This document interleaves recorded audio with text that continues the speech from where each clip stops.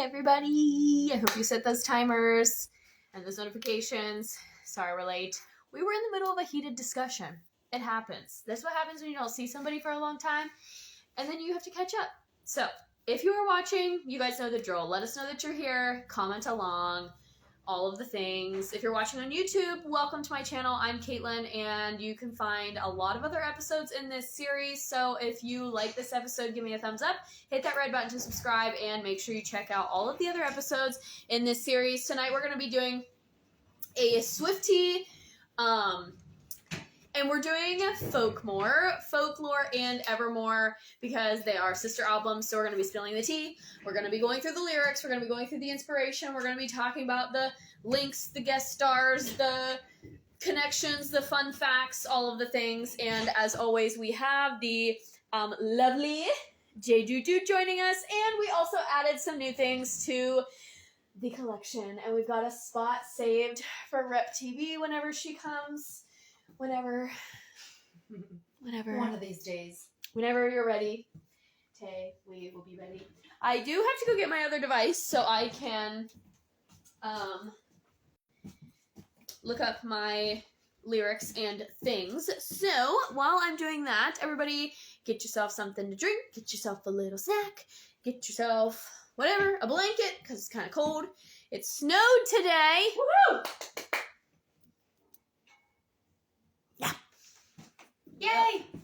I know, she loves snow. Not me. I do not love snow. So, as you're kind of getting ready, just to kind of like foreshadow a little bit, I'm going to be providing explanations for the info on the folklore songs on the folklore album, and Caitlin is going to be doing evermore songs. So, just to kind of prepare you for that. That's kind of how we'll be breaking it up. And I do have my evermore braid in today. Very cabin vibes. I was told this sweater was cabin vibe, but I do have the orange to match. Okay, so let's get into it. So normally when we do our Swifteas, we normally break them up into two parts. Part one, we usually talk about the From the Vault tracks and or the bonus tracks. Folklore only had one bonus track, and that was The Lakes, and Evermore had two bonus tracks. But there were no From the Vault tracks because we have finally bridged the gap from the Taylor's versions back into the albums that Taylor actually owns and produced. So Lover was for those of you who are new here, those of you who are new to the Swiftea fandom, those of you who are new to the series, Lover was the first album that Taylor actually owned and she owned the rights to, so she started her own record label. Lover was the first album to be released under that label, and then everything after it, which would be Folklore, Evermore, Midnights, and the Torture Post Department, and the Anthology are all Taylor owned. Everything prior, which would have been Reputation, 1989, Red, Speak Now, Fearless, and Debut, or Taylor Swift, were owned by another album. And then that was probably the whole Scooter Braun lawsuit that you might have heard about. There was a documentary on HBO Max about it, about her trying to rebuy those masters. She was denied the sale or turned it down for whatever reason. We talked about that in another episode. And so then she has had, if she wants to own the music, she has to re-record it. So 1989 is now Taylor's version. Red, Taylor's version. Speak Now, Taylor's version. And so far in this series, we have done Fearless, Taylor's version. We've done Red, Taylor's version. Speak Now, Taylor's version. 1989, Taylor's version. And we've done Midnights and the Torture Post Department. So we've kind of been going in reverse chronological order from everything that she has released. So I believe, if I'm remembering correctly, the first episode of this series was actually Midnights. And then we worked our way backwards, but we did a Torture Post Department and the Anthology once it was released. So if you are new here or you like Taylor Swift and you want to go check out all of those episodes, they are up on my YouTube channel. They can also be found in my highlight reel and on this page. So that's kind of the background of everything that we've been doing. And now we are here. So we have now bridged the gap And we are now into all of the releases that Taylor just released. So Folklore and Evermore were both released in 2020, which was crazy. Taylor spent her COVID quarantine writing. So these are sister albums, which is why we're talking about them together. So she's going to do track 1 of Folklore. I will talk about track 1 of Evermore, and then we'll just go all the way through. And, you know, as usual, we'll talk about, like, our favorite songs and our favorite lyrics and all the things. So we hope you enjoy this video. Let us know in the comments if you do. Let us know your favorite Folklore and Evermore track. And, yeah, let's get into it. All right. So, Folklore track 1 is The One. So, according to this Vulture article that I have pulled up right now, it states here that The One is not written from Taylor's perspective herself, which we kind of probably can already infer this because we do know that Folklore is an album that is based on fictional stories and characters, and it's largely that, not Taylor's life. So anyways, all that to say, this article says that it is written from another friend's perspective. There's an emotional wryness and rawness, while also to this kind of wink in her eyes. There's a little bit of her sense of humor in there, in addition to this kind of sadness that exists both underneath and on the surface. The song began from the voice memo she sent to like a friend or maybe like a producer or something.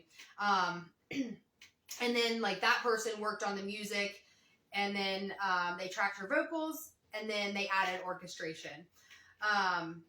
So yeah, basically that was just like, that song was from a friend's perspective, from another person's perspective, and not Taylor's.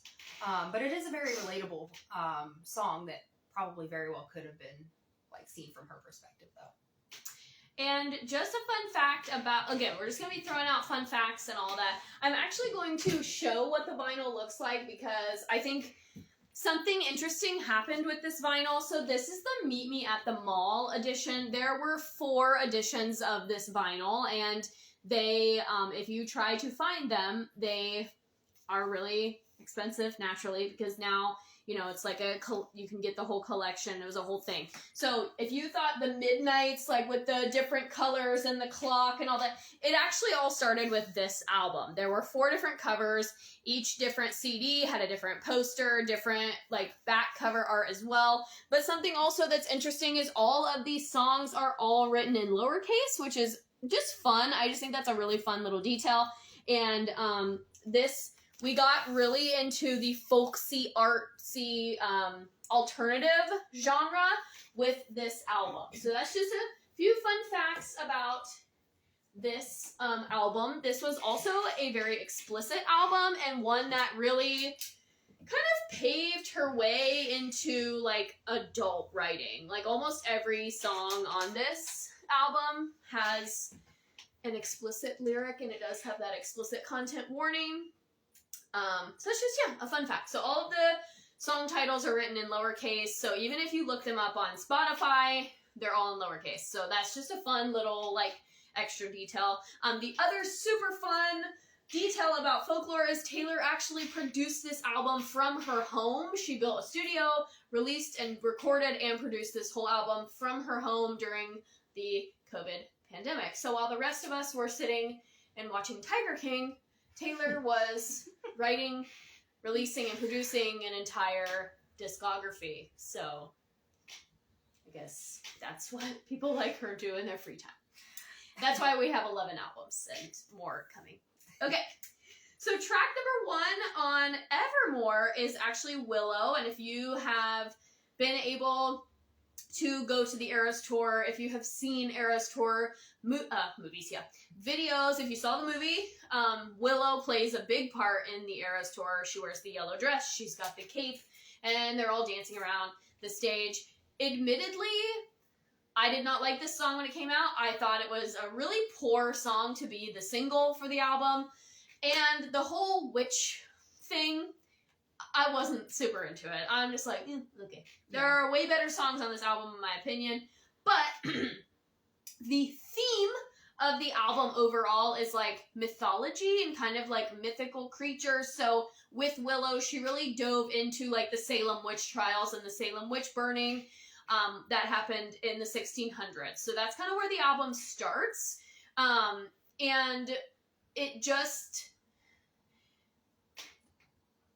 like, she goes into this, like, isn't that the same? It starts off, she's like in a cabin, and then she opens the door and like goes out into the woods in the winter, I'm pretty sure. Yeah. That one and the Cardigan music video came out so close together that they kind of both run in my head. But anyway, there's like similarities between the two. Yeah. Yeah. So the article that I'm looking at is from Elle magazine. So it says the album of Evermore is kicked off with a song rooted in lust, love, and romance. It continues the practice she started on the sister album, blending fact with fiction to create a story. However, so she has built up this, like I said, mythical, fictional universe for herself, but there are still real life parallels that, you know, can be found throughout. So lyrics like, life was a willow and it bent right to your wind. They count me out time and time again. I come back stronger than a 90s trend. Maybe partly inspired by Swift and her boyfriend of 4 years, Joe Alwyn's relationship, Swift's reputation as a celebrity. But as Swift explained the song's meaning, Willow is about wanting someone, the start of falling in love. And it says, meanwhile, Swift and Alwyn had been together for years when the song was written. It's just, she said in an interview during a YouTube Q&A that Willow is about intrigue, desire, the complexity that goes into wanting someone. I think it sounds like casting a spell to make somebody fall in love with you, an oddly specific visual. So I guess that's where the witch thing came from, is that was what it sounded like in her mind. And so then she was like, what better way than to have this witch hunt happen in the music video. Again, the witch thing is, you know, and the dance for the air sword, it's fine. It's fine. But this would not have been my choice for a single for this album. It didn't quite reach the level of like overplayed, but it still was like, this one again. Like, although I'm not surprised that it was a single, I feel like it's typical, like, it's like that single material, but it's still not like, I get what you're saying. I think I had the same, like, not that I disliked the song, but it wasn't like my top favorite on the album. Like, I thought it was catchy, it was good, it was fine, but I wasn't just like... Yeah, right. And what's interesting about this is I'm thinking, you know, and this is kind of interesting doing this video after the Tortured Post Department has come out. Now after Joe and Taylor have long since broken up. At this point, Joe and Taylor have been broken up for almost a year. Because, believe this or not, the Eras Tour started last year in March. March of 2023 was when the Eras Tour started. That was when it kicked off in LA. So they've been broken up for almost 2 years, actually. Yeah, it'll be 2 years. Yeah, right, yeah. Okay. Because her and Travis have been together... since football season last year. Yeah, like since... So essentially September of 2023. But, and they're, like, if you're new here, you're just tuning in, like, we have an entire video about the Torture Post Department. We have an entire video about the Joe Alwyn breakup and all of the things that are entwined. There's, like, during our Torture Post Department episode, we talk a lot about Maddie Healy. But now, like, and it's important to note that when this album was released, Taylor and Joe were together. However, hearing her say that the song is about wanting someone, it almost makes me want to go back and listen to the lyrics again, because it's like, I wonder if I would get vibes of, like that she's chasing him, kind of? No. Why can't I think of what? See, this is great, because then I can just get what I need right off of it. What is that song called? Guilty as Sin. Yeah. I couldn't even think, and I love that song. But it almost I wonder if I would get vibes of that, because that song, Guilty as Sin, is all of, and again, there's a whole episode, just go watch it, because I love that song. Guilty as Sin, the whole thing about Guilty as Sin is, how could I, like, all I've ever done is think about you, how can I be guilty? Like, I've never touched your skin, I've never kissed you, but yet I'm guilty as sin. Like, yeah. And so it almost is like, was there something brewing with Maddie, with Maddie, or old feelings coming back with Maddie during the time of these two albums' conception, for lack of a better term. Okay. Anyway. Yeah. People do say that they've had a decade-long, like, what would you even call it? Not a fling, but, like... Yeah, just like a wanting, or like, they've been back and forth, kind of like on each other's minds for... Yeah. Oh, I'm just loving the background. Like, it just looks so great. I'm just obsessed with my collection. Okay, moving on. All right. Number 2 on the Folklore album is Cardigan. Classic. Still have regrets that I did not get the Cardigan, but anyway. So, just based off of my own knowledge, what I know about Cardigan, I'll read what this Vulture article has provided for us, but just based off of what we already know and have probably discussed on one of these episodes, one of these talks before, is that Cardigan is one of 3 parts of a trilogy, if you will. It is about a love triangle, and the song Cardigan is from one of the characters' perspectives. So I'll kind of get into it and read what Vulture says and see if there's any more Taylor details. herself has confirmed this theory. She talked about it on the Eras tour, and she herself has said that those 3 songs were in fact written as a trilogy. Something else that I'm going to try and do during this video is, like, I've heard that so there were 31 songs on the Torture Post Department and the anthology together. Every song on that album, that Works collection, is supposed to have I've heard this rumor that all of them have a sister song on another album. For the Torture Post? Yes, I've heard that too. And so, for example, one of them is I Look in People's Windows is the Death by a Thousand Cuts kind of alternative, or like the sequel, if you will, to Death by a Thousand Cuts, and they sound too similar to not be sister songs. Yeah. And there are several, so I'm gonna, if any of them apply, like if any of the Folklore Evermore ones apply, I'm gonna try and make that connection. A reference, yeah. But I think so many of these already go together because they were done as sister albums. Yeah. That maybe there won't be very many. But yeah. No, so. yeah, that's good. And honestly, they're like, that'd be something we could make a Tay Talk out of, all the Literally. sister albums to the Torture Post Department. That'd be fun to pick apart and like see what ones we didn't realize. Okay. So, this Vulture article,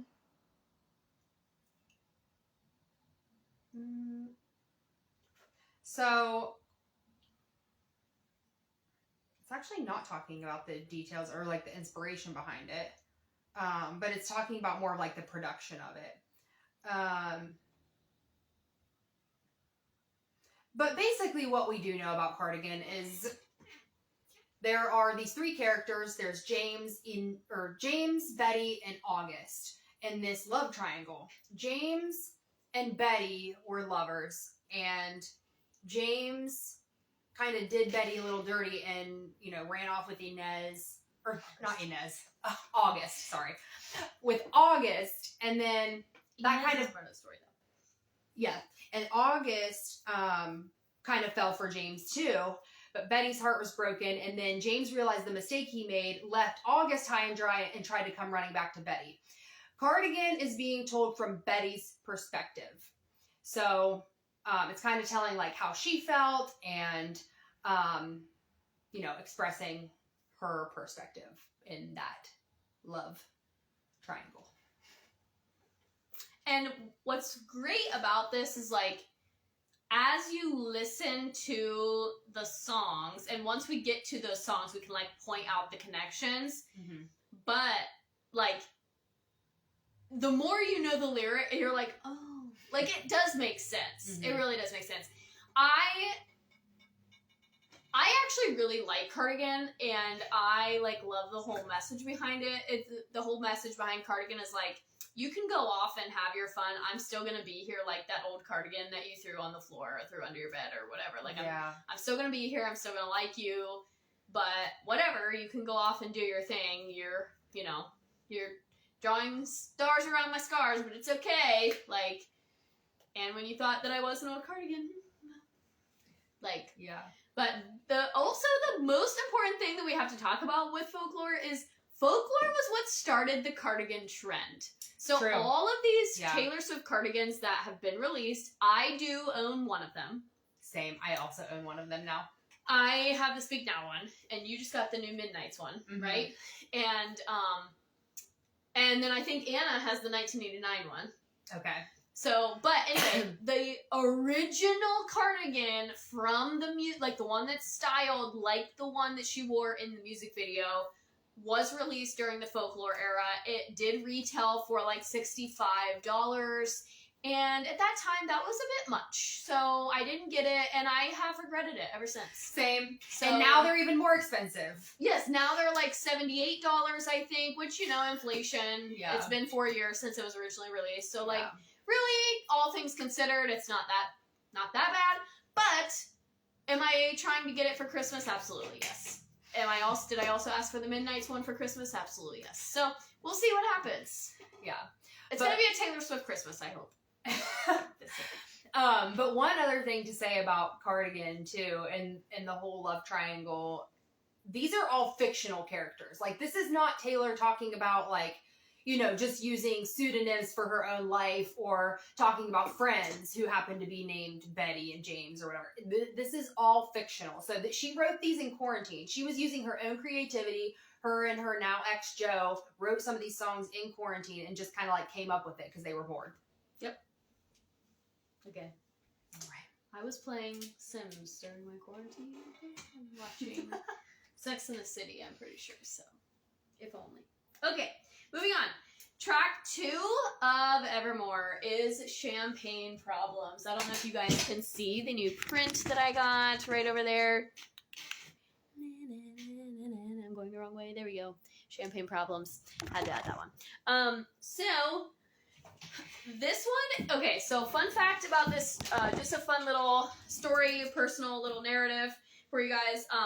I actually did not listen to Evermore when it first came out. I was trying to wait for the CD, as I do. I try not to I try to wait, because I always order the CD, and I try and wait and have that initial, like, open the CD, listen to it, you know, that, and kind of like when you get a new book and you, like, break the spine. It's the same kind of a feeling. So I was trying to wait.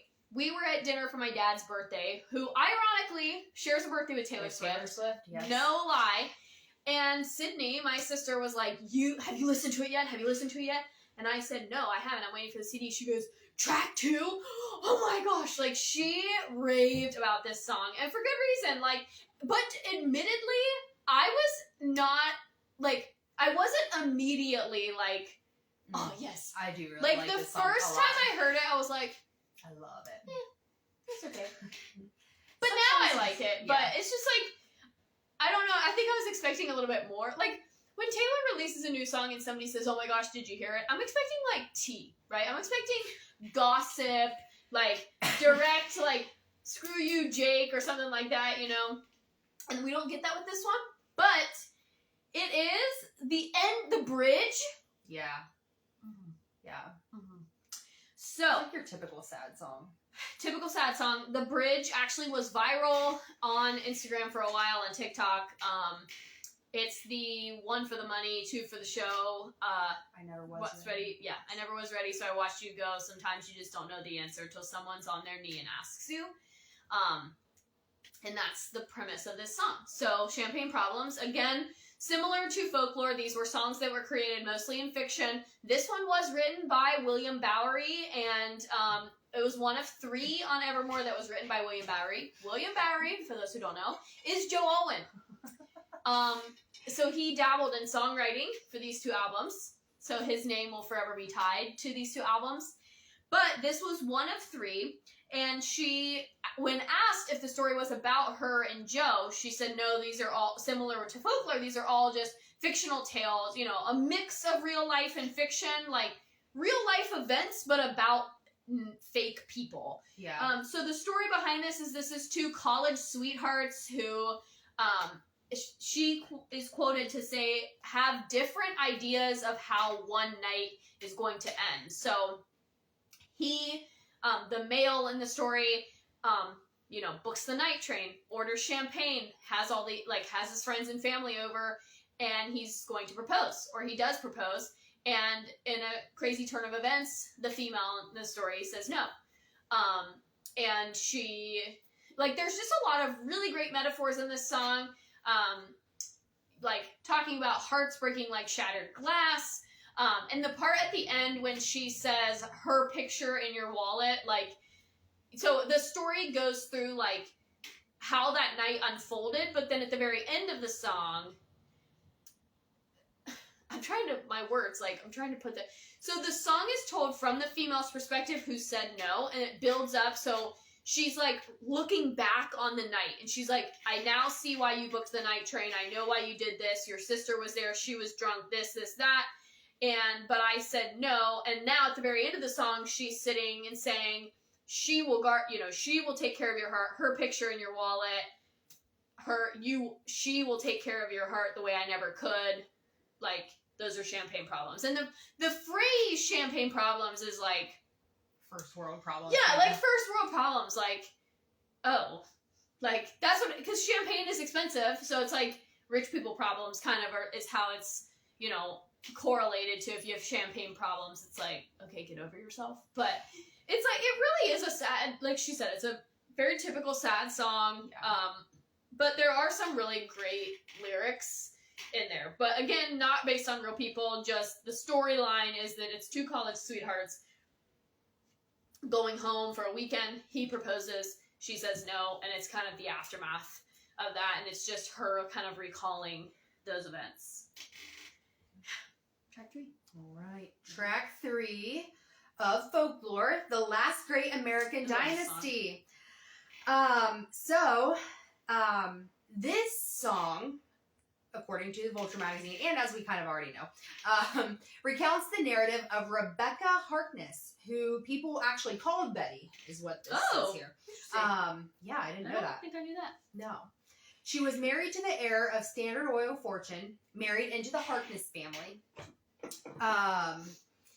And they brought this house in Rhode Island up, it's up on a cliff, and the song is the story of the woman and the outrageous parties she threw. And she was infamous for not fitting in entirely in society.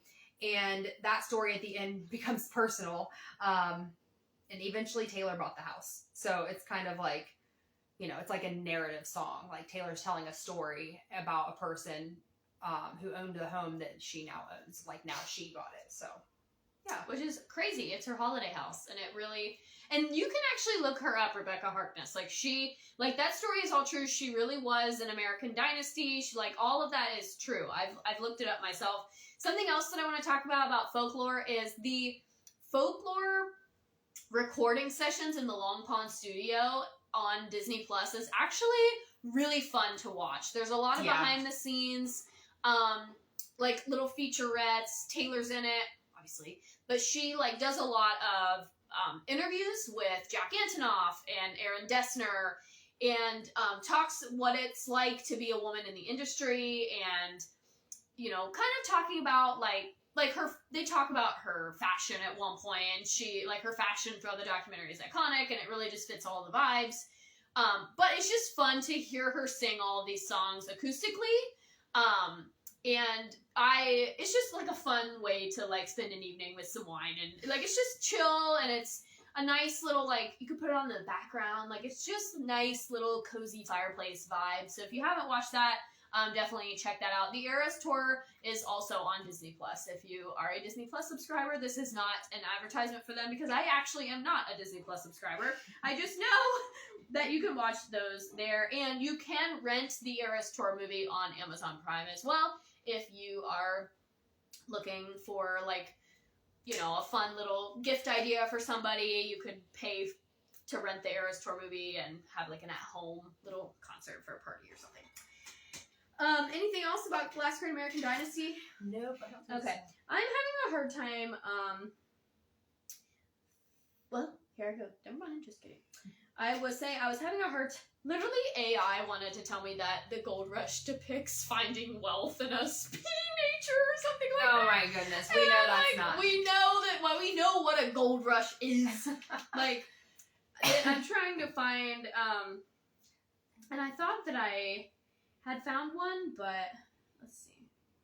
It like said there's this article from Genius. It says Gold Rush is a song depicting the jealousy the narrator has because she is attracted to someone, but that doesn't really give me much of that. Like, it doesn't really. Oh, wait.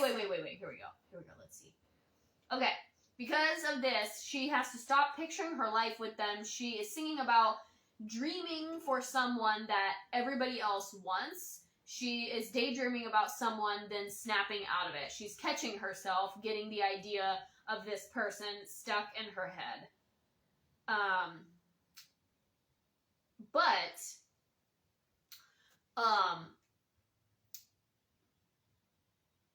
This song, one, is fun. But two,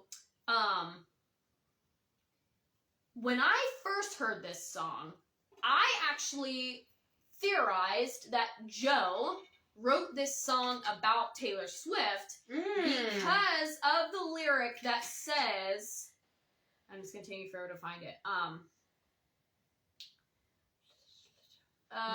don't like that. Well, first of all, it says, I turn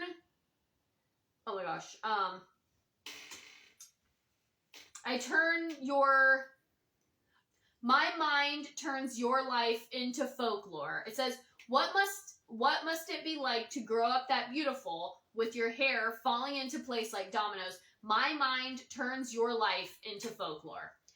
And he helped her write folklore. So in my mind, I heard this and was actually and maybe this is just how my mind is interpreting this, because everybody interprets things differently, but I listened to this song and to me it sounded like a man singing about a woman, and I was like, oh, Joe wrote this song about Taylor. And then especially the line, my mind turns your life into folklore. And also something interesting, I liked that reference to folklore because obviously the sister album's name was Folklore. So I just think that's a nice little tie to it. And the other lyric that I want to talk about is in verse number 1, what must it be like to grow up that beautiful, blah, blah, blah, blah. I see me padding across your wooden floors with my Eagles t-shirt hanging from the door. She actually clarified this at the Eras tour, that it was supposed to be a Philadelphia Eagles t-shirt, not the Eagles rock band t-shirt, because people were like, oh, it's an Eagles rock band. And she said, no, it's the Philadelphia Eagles because she's originally from Pennsylvania. So that's just a fun fact. Yeah. So I don't really, that's not a great, meaning of that, but yeah, it's definitely not the headlong pursuit of sudden wealth. Yeah. Anything else on that one? Nope. Okay. I will say about that one though, I kind of got the vibe that Gold Rush was not one of those fictional stories. It was actually how Taylor, or like you said, maybe even how Joe truly felt. I actually saw something shortly after Evermore came out. It was just this funny meme, and it was it quoted where Taylor said I don't like that anyone, or everybody wants you, I don't like that anyone would die to feel your touch or whatever. And then below it, it was what really makes Taylor Swift think that Joe Alwyn is that desirable? Yeah, right. And so I'm well, maybe it is them writing it about each other, or one of them writing it about each other. I don't know. Yeah, that's funny. Yeah. Okay. Well, so next track on Folklore, we are at number 4 now. Mm-hmm. That would be Exile. Oh. So, featuring Bon Iver. Yes, featuring Bon Iver. So for this song, it says that Exile is about 2 ex-lovers who run into each other shortly after their relationship has ended. The woman is already moved on and seeing someone else. Gosh, my cuticles are a mess. And resents the man for still loving her. Both blame the other for the death of what was long ago a happy romance. The story isn't about who is right, but instead about the ambiguity of what truly happened between them. Yeah. I I think we're finding out why these albums were considered alternative. Yeah. It's a lot of angst. Yeah. But yeah, just a dialogue between two former lovers, and I guess this one was also like co-written by William Bowery. Yeah. Interesting. Okay, anything else? Nope. Alrighty. So, the next one on Evermore is 'Tis the Damn Season. A classic, like, this is a pretty popular one. Mm-hmm. I think it did make its way into the Eras tour, pretty sure. There were Christmas trees. So another fun fact is, like, these two albums are literally, so it's been theorized that every one of Taylor Swift's albums can be put into a month of the year. And it's been theorized that Folklore is November, because Gray November. And then, sorry. Evermore is supposed to be, November. Yeah. So, when we're thinking about 'Tis the Damn Season, it's literally about going home for the holidays and all those things. So I misspoke. Evermore is supposed to be about November, because the lyric Gray November is literally in Evermore. So it's Gray November right now. And, I covered my mouth a second ago because when I was looking up, this is something that I did not know. Okay, are you ready for this? I'm ready. 'Tis the Damn Season is a folk song. This is from Wikipedia, so maybe not. But anyway, narrated from the perspective of a female character named Dorothea. The lyrics detail her returning to her hometown during the holiday season and engaging in a quickly faded, rekindled relationship. Wow. And I did not know that. I did not know. Wonder if she wrote it about I wonder if Dorothea, or do you think it's that deep? I mean, I guess it goes back to, is Dorothea a real person? Because it does say... Oh! I guess I was thinking, I'm confusing it with Marjorie, which is her grandma. Correct. Okay, yeah. Okay, never mind. But Dorothea is a song Correct. on Evermore, and she talks about this girl moving away, which we'll talk about it later, but it turns out that the girl in 'Tis the Damn Season is also supposed to be Marjorie. So 'Tis the Damn Season is told from Marjorie's perspective, whereas Dorothea is told, we'll say, from Taylor's, the narrator perspective, who is not Dorothea. And Dorothea is the narrator in 'Tis the Damn Season. I did not know that! All these connections that we just didn't know about. I did not know that.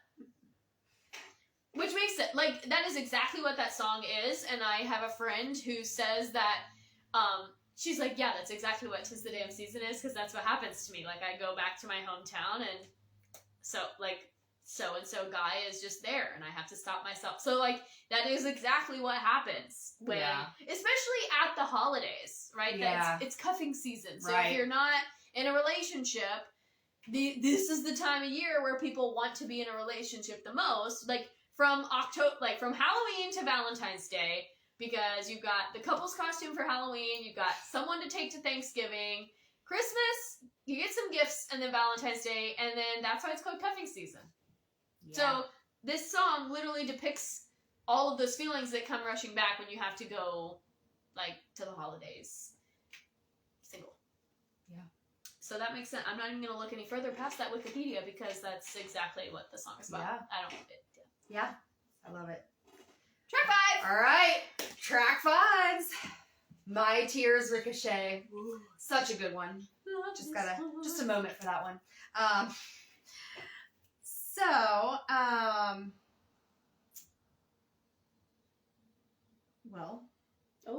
There's really not much of an explanation for that one. And I'm actually very curious about My Tears Ricochet. I guess just a minute then. Tears. I can go if you want. Yeah, sure.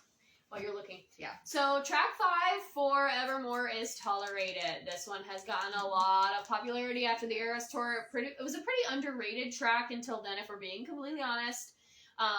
For no good reason, because it's a great song. This song, according to 2 different articles, this one is particularly from Screen Rant. This song is originally inspired by an 86-year-old book called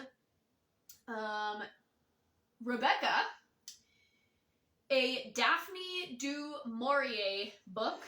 It tells the story of a woman who marries a wealthy widower only to discover discover that both he and his house are haunted by the memory of his late first wife. There is a speculation that Tolerate It could be about one of Swift's famous exes. It says that it is a powerful ballad that tells the story of a one-sided relationship where one partner undervalues the other. And that's exactly what it is. But it is based on a Daphne du Maurier book, Rebecca. Which kind of maybe... what if it was connected to the last Great American Dynasty? Like, what if that book was written about Rebecca Harkness? Wow. Now I have to look it up. Daphne du Maurier. Who is the book Rebecca about? So, What if it was? while she's doing that, for My Tears Ricochet, I found here the production, which, as we kind of know when we listen to it, the production incorporates choir-inflected layered vocals, mellow synths, and shuddering drums, bringing forth a soundscape that critics describe as haunting and sorrowful. The lyrics of the song are a narration by the ghost of a dead woman, which finds its murderer, who she once loved dearly, at its own funeral. Now, this is from Wikipedia. That's way more than what I ever interpreted it to be, because to me... Wait, what was it again, though? Read it, though. It says, Again. Its lyrics are a narration by the ghost of a dead woman, which finds its murderer, who she once loved dearly, at its own funeral. Bruh. What if... I don't know if I believe if- that. Okay, but we just found out that Tolerated was loosely based, on an 86-year-old novel about, and I quote,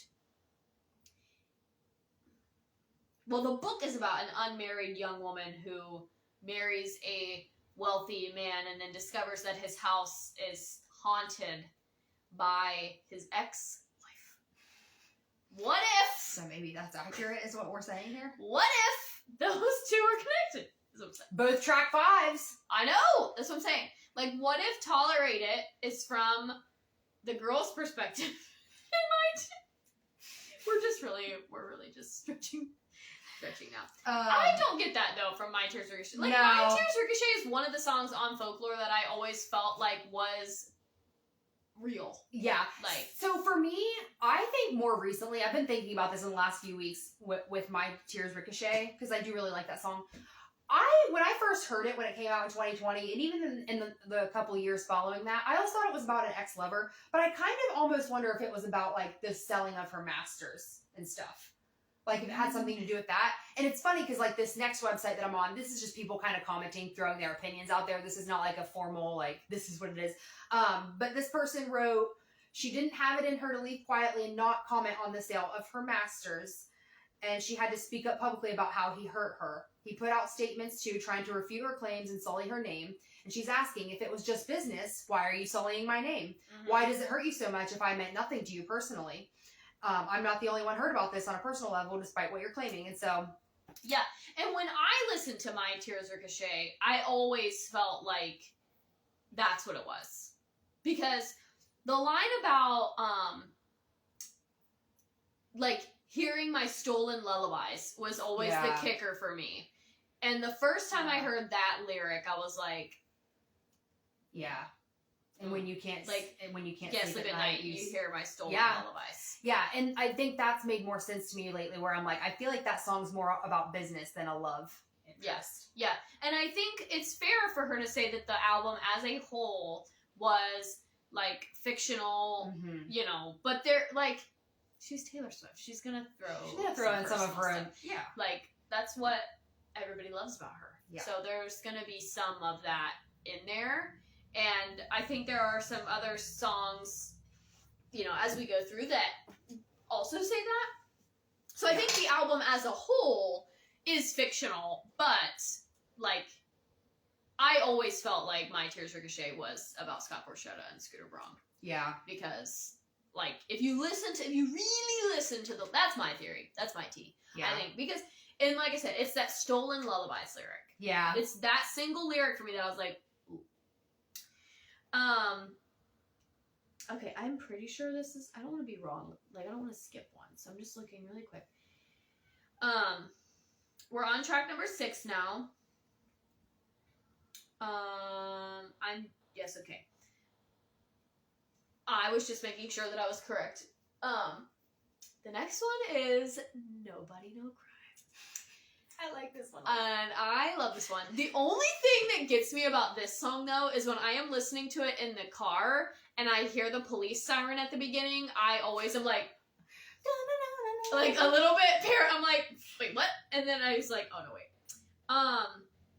You know, like when people say, when you see online, people are like, when Shania Twain says, let's go, girls, when I hear that, I could kick a door down. When I hear Estes, a friend of mine, I could kick a door off its hinges. And like that little intro, like, Estes, a friend of mine.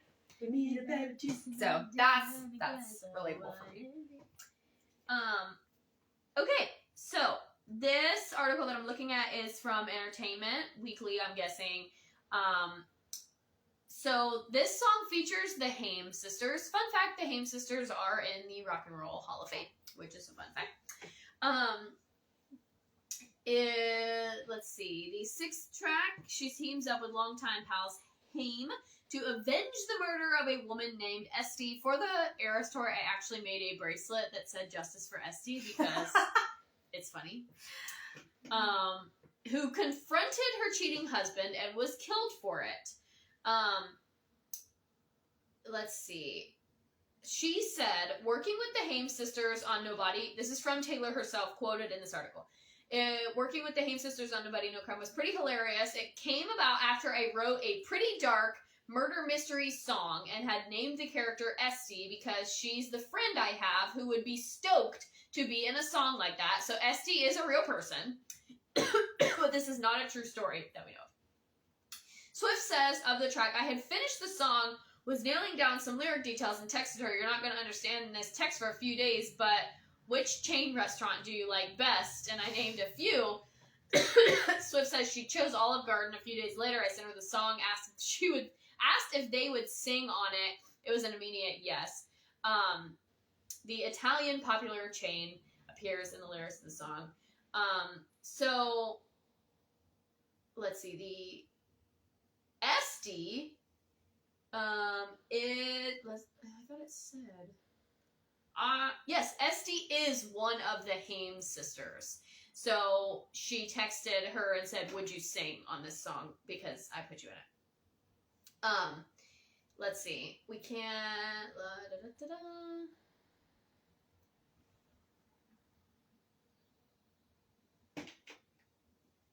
I'm just, okay, yep. That's it. Right. That's it. So Esty is a real person, but there was no confirmation on, but Taylor says that it's fictional. She says that it's fictional. We'll take her word for that. We don't want her getting into any trouble. Has anybody heard Who's Afraid of Little Old Me? True. All right, next on folklore, we have mirror ball. Oh. So, we have, oh yes, we have mirror ball, mirror ball poster. So, says here, mirror balls are used as a metaphor in the song, which we can probably infer that. Mirror balls are on the dance floor because they reflect light. They have been broken a million times, and that's why they shine. There are people like that too. They hang in there, and it entertains us every time they break.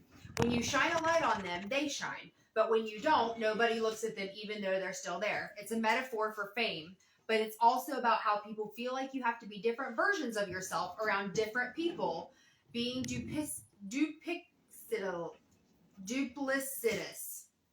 It can become exhausting. Duplicitous. Sorry, guys. That was a mouthful. It can become exhausting. You learn that everyone has the ability to become shapeshifter, which, you know, I think that song kind of like definitely depicts that. Like Yeah. I could have probably put that together, put 2 and 2 together. Okay. Let's see. I know I moved that camera and now I'm like, I can't get it back to where we were. Admittedly, I have to look up what number 7 is.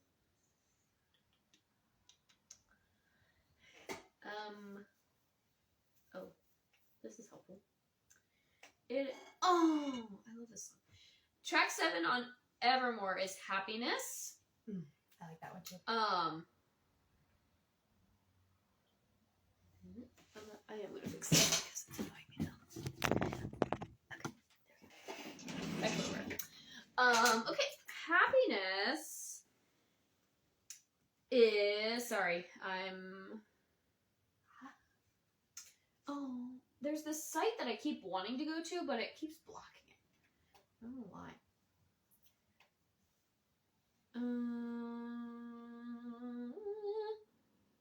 Well, here's a wiki fandom.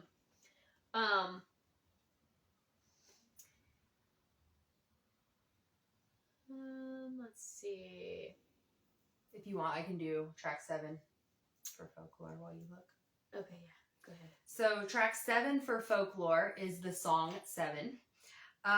So this one, I believe this is one that is not necessarily a fictional story. I think this is something that actually is from Taylor's childhood. So according to the Vulture article that I have pulled up, it says this song is kind of looking back at childhood and those childhood feelings, recounting memories and memorializing them. It's this important folk song. It has one of the most important lines on the record, and just like a folk song, our love will be passed on. And that's what this album is doing. It's passing down, it's memorializing love, childhood, and memories, and it's a folkloric way of processing. But also, what this article doesn't mention is that she is talking about a childhood friend that she had that, like, I think lived in her neighborhood or something that she played with. Mm-hmm. So, right? I think so. That's what I always thought. Like, yeah. I had always heard and thought that this song was, like you said, about a childhood friend who, because she says, like, we can, your dad's always mad and, your dad is always mad, and I feel like it's almost a message to, like, the adult version of this child now who she knew all those years ago, who maybe she doesn't know now. And it's like, if you're out there listening, like, it's kind of speaking to that child, or at least that's how I kind of interpret that. Mm-hmm. But yeah, like, your dad's always mad. Like, we can go, your dad is always mad, and it must be why. Maybe you should come live with me, and we can be there we go. Yeah. I just had to give it a second. I knew it would. Yeah. But yeah. And you won't have to cry or hide in the closet. Yeah. Just like a folk song. Yeah. Yeah. I mean, it's really like, I mean, it's one of those things where you almost don't want it to be true. Like, you don't want to think about this little 7-year-old girl hiding in a closet because her dad is drunk, yelling, being physically abusive. Yeah. But it's a very real possibility that was true. Yeah. And I had thought that 7 was her saying, like, you know, I didn't have, because there's one lyric where she says, like, if I was still, like, I'm an adult now, kind of like, I'm an adult now, I can't just run and scream like I did when I was 7. Like, if I don't get my way, or, you know, there's, like, a lyric that is similar to that. But yeah, so. Yeah. I don't know. Interestingly, the first article that I pulled up for Happiness said that it was track 7, and then the opening line of Happiness is honey when I'm above the trees, I see it for what it is. And then in 7, she talks about being above the trees at one point.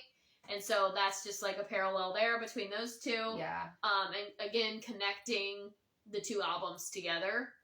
And now I really want to, like, listen to them back to back and be like, okay, what do I hear in track 5 of each one? What do I hear? And see if there are more of those parallels. But Aaron Dessner told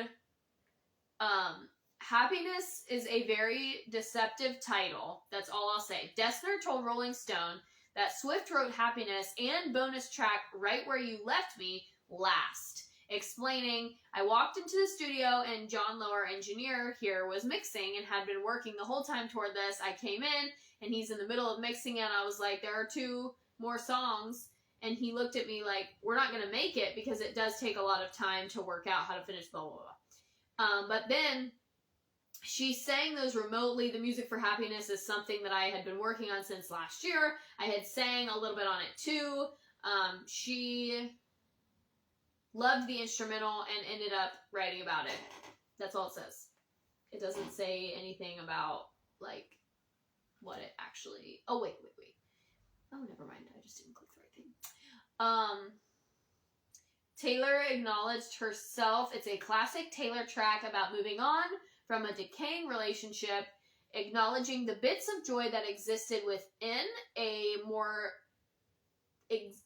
acknowledging the bits of joy that existed within a more destructive, hurtful context. It's ultimately a hopeful song.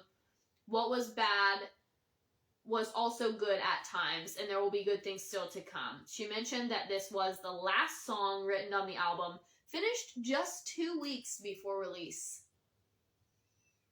That's where the whole, like, we're not going to make it thing comes in, because they were telling her that if she put that song on the album, it wasn't going to be done in time. Huh. That's it. Wow. Which, I mean, yeah. Like, the lyrics of that one are pretty... I feel like with these 2 albums, there isn't a lot of Easter eggs. Like, there's not a lot of cryptic... Like, the lyrics are pretty clear what she's singing about. Mm-hmm. Now, either it's just that we've now grown up with her and we're used to, like, all these lyrical meanings, or there truly is just, like, it's just very cut and dry. Like, there's not, oh, this is about so-and-so and this is about so-and-so. But I also think that it's important because she was with Joe Alwyn at this time. Right. So she wasn't writing the cryptic love songs where she doesn't really want, like, these, like, shade tracks, for lack of a better word, where she doesn't want somebody to know who she was talking about. Like, it's just...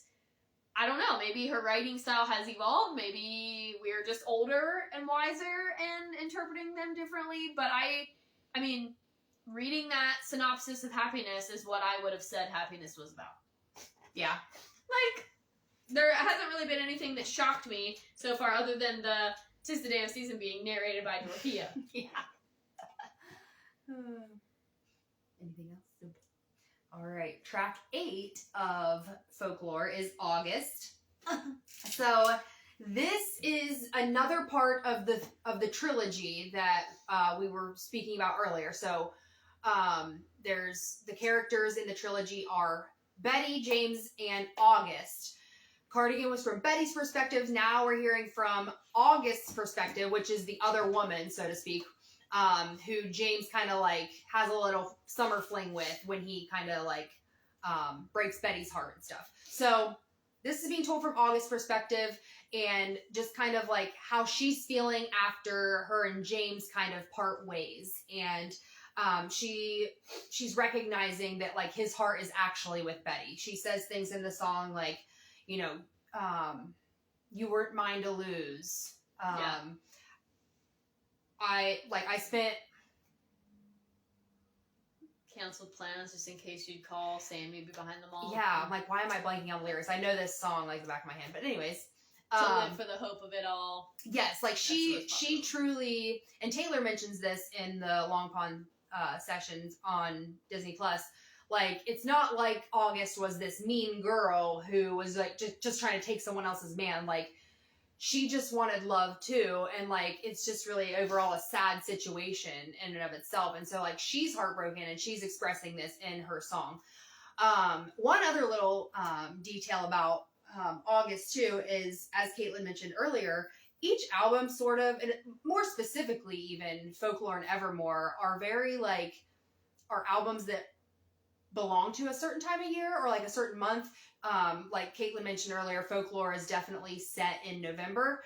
I would definitely say that Folklore is set in August because it is a very summery album, whereas so Folklore and Evermore are sister albums, and Evermore is definitely more of like an autumn album and autumnal album, and Folklore is definitely more of like a summer album. So like if there were a month that each of these would be set in, as Caitlin mentioned, Evermore might be like that probably November, and then Folklore would probably be like that August.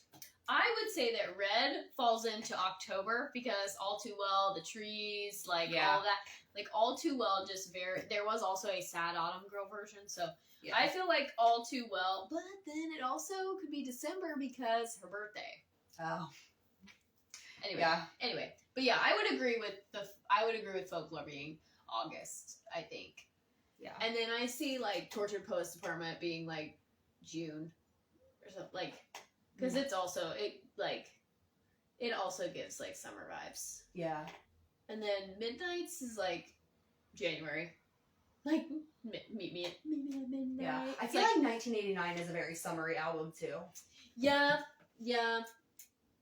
Maybe May. Okay. Yeah. I see that one as May. Yeah. We should do a whole Tay Talk on this and talk about why we should inspo for our next Tay Talk. Yes, but we should be oh, I think that this one is this and one we both because come up of with our this. explanations Yeah, for because it. of this, that. Yeah. Because this one also is summer. Summery. But what if some people think that this is a November album because of how political she is in it? Anyone can come up with a right. In some ways, it's some of these albums can be more flexible. Folklore and Evermore, no. Folklore and Evermore are not really up for discussion as much, but some of these albums you might be able to debate and be well, I think it would be anyway. Yeah. But that would be a good Tay Talk. Next time. But anyway, all that to say, I do think that Folklore is pretty much set in August. It does make sense. Okay. Anyway, anything else? I think that's it. Okay. Track number 8 on Evermore is Dorothea. We already talked about this one a little bit. Dorothea it's supposed to be an unnamed narrator depicting an old friendship that she had a friend, the friend moved away, presumably to pursue fame and fortune, ends up being a magazine model because she has the line you're selling jeans and magazines. So she's supposed to be a modeler. In today's society, we could say she's a very popular influencer, gets to travel around selling clothes and doing different things. Let's see here. I'm trying to see if there's anything else from this vulture. I say jazz, it's not an excellent concept. Isolation. This vulture article is a little explicit. Let's see. It says much of Evermore sounds like Folklore's more upbeat sister. This is a lot about 'Tis the Damn Season. All clicks together. Classic Swift. A song couldn't just be a song, existing in a vacuum with no relation to anything else. Frankly, shame on me for even thinking it could be so. This is the author speaking. At this point in the post-Betty economy, I find myself listening to Swift songs, holding my breath, waiting to hear if there are male pronouns. In Dorothea, you'll find none. Instead, it's a story from the perspective of an unnamed narrator in Dorothea's hometown. Dorothea moved away, seek fame and fortune in Hollywood, which I already said. And let's see.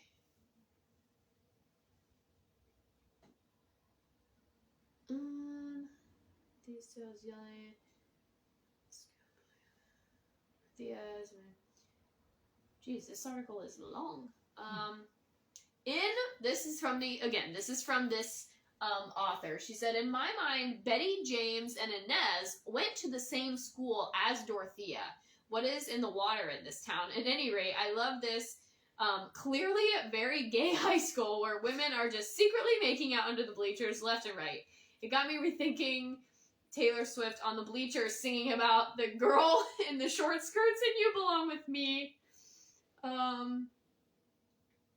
Let's see.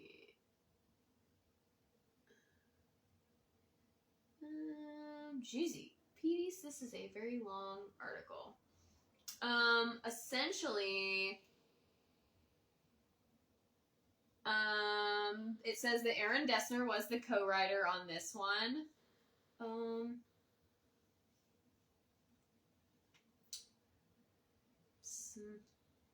Reminding Dorothea if Hollywood doesn't feel like home, there's always a spot right next to her.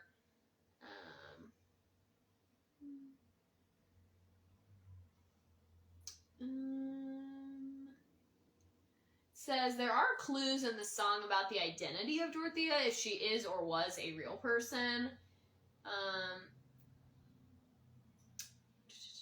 You keep up with the many rumors surrounding Taylor Swift. You're a queen, selling dreams, selling makeup and magazines. She sings, from you I'd buy anything. Says, this is saying that, I'm not sure, but I think maybe there might be a famous woman once connected to Swift who might fit this bill. She might be tall and professionally attractive, ? And maybe one time they took an infamous road trip that you can read about on a specific Tumblr where you'll fall down a rabbit hole until you spin out of control reading conspiracy theories. Who could that be?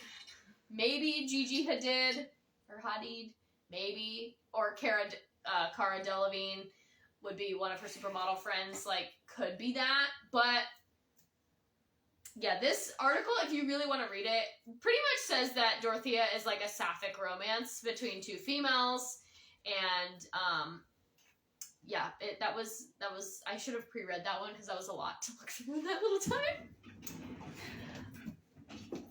Check 9. All right. So next we have This Hello. Is Me Trying. This is me trying. Love it. So, this one, as we know, is like pretty. This could classify as a track 5, although it is not track 5. It is a pretty vulnerable song. This song discusses life's challenges and mental health, and just everyday struggles. Again, very personal and raw lyrics, and they offer a glimpse. And I'm saying this in the words of this article. They offer a glimpse into the challenges that most everyone has faced. And this is coming from like a mental health website too. So it's kind of like tying in like their business with like Taylor Swift's lyrics. It's kind of funny. But I also get the vibe too that this song talks about someone who maybe started off as like a very like bright person with a lot of potential, like didn't make bad decisions or anything, but just kind of like went through some things. And now it's like, oh, now like I was so ahead of the curve became a sphere, and now I fell behind all my classmates and ended up here. Like just their circumstances kind of like were crappy. Like they did, like it was kind of like life circumstances, life happenings that just kind of like fell into their lap, and now they're struggling, and now they're just trying to get by. This is me trying. And so it's like, like not necessarily someone who is a victim of their own like personal choices or whatever. It's just kind of like, yeah. I love that song. Yeah, that's a good one. I love it so much. Anything else about that one? No. Okay. Track 9 on Evermore is Coney Island featuring The National. This is Aaron Dessner's band full-time. Some of you, if you went to the Eras tour in Philadelphia or in Pennsylvania, you did get to see Aaron Dessner. He was there and performed live with her, which would have been awesome. I personally prefer Aaron Dessner's collabs more than Bon Iver. That's just me. I'm just not a fan of Bon Iver's voice, but this song was one that has grown on me a lot. So it says, I'm actually looking at a Teen Vogue article now, and I might just use this article for the rest of it because it has all the songs on here, and I like when they all have them in one space. It's just nice. So, but anyway, when you think of Coney Island, it says, you might think of carnival games and prizes. The latter was mentioned on both Willow, and there was one prize I'd cheat to win, and the lover track Miss Americana and the Heartbreak Prince. You play stupid games, you win stupid prizes. So that, could be a link there. Anyway, a more obvious tie to another song is the inclusion of the word delicate, which is a title of a track on Reputation. Then it talks about the colors mentioned. Wow, that's literally it. So that was lame. We'll come back to But Coney Island, again, like we said a little bit ago, like, I don't feel like there's anything, like, it's pretty easy to tell what the narrative of these songs is. So this is maybe it's a friendship, maybe it's like used to be lovers, now we're trying to be friends, maybe it's the other way around, maybe we're old friends who want to meet up again and maybe try to rekindle something. But the whole premise of the song is these two people meeting up at Coney Island to...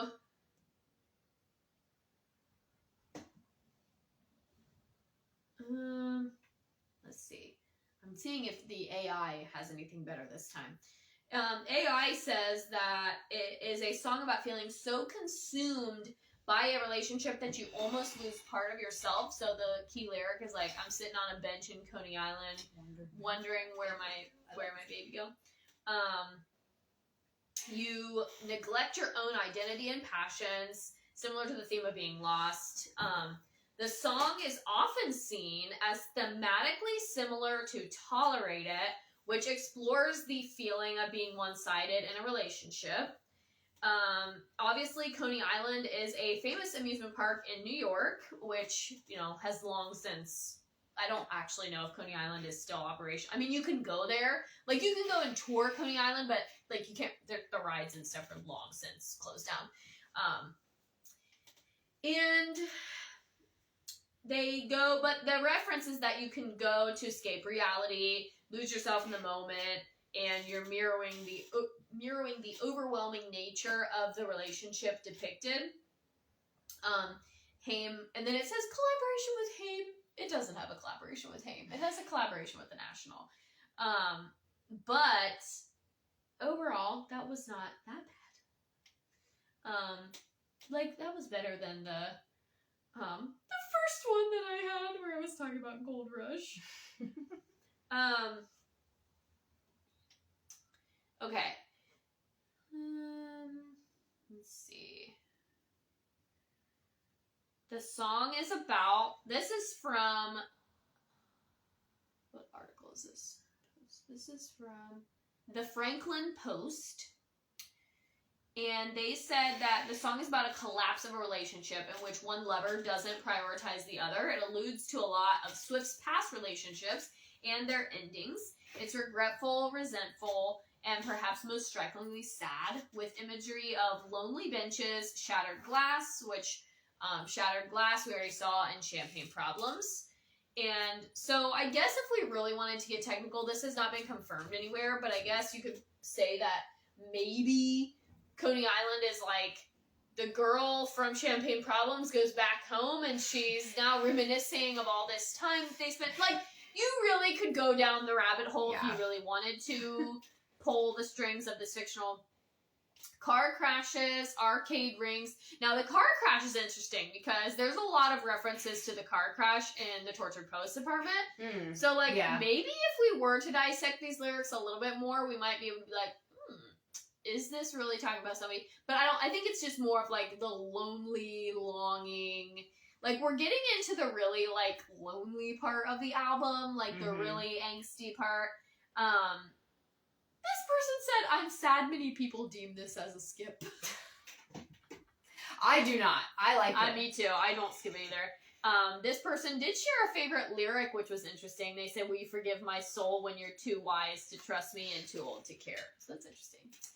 I think I like the arcade ring line the best.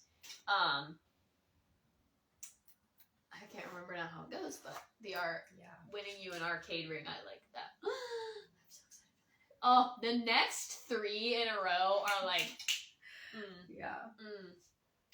Alright. So, anything else about that one? Alright, I'm gonna try to power through mine because my phone is on 8%. My device is on 12, so I don't know what that's on though. That's my main phone. So next song on Folklore is Illicit Affairs.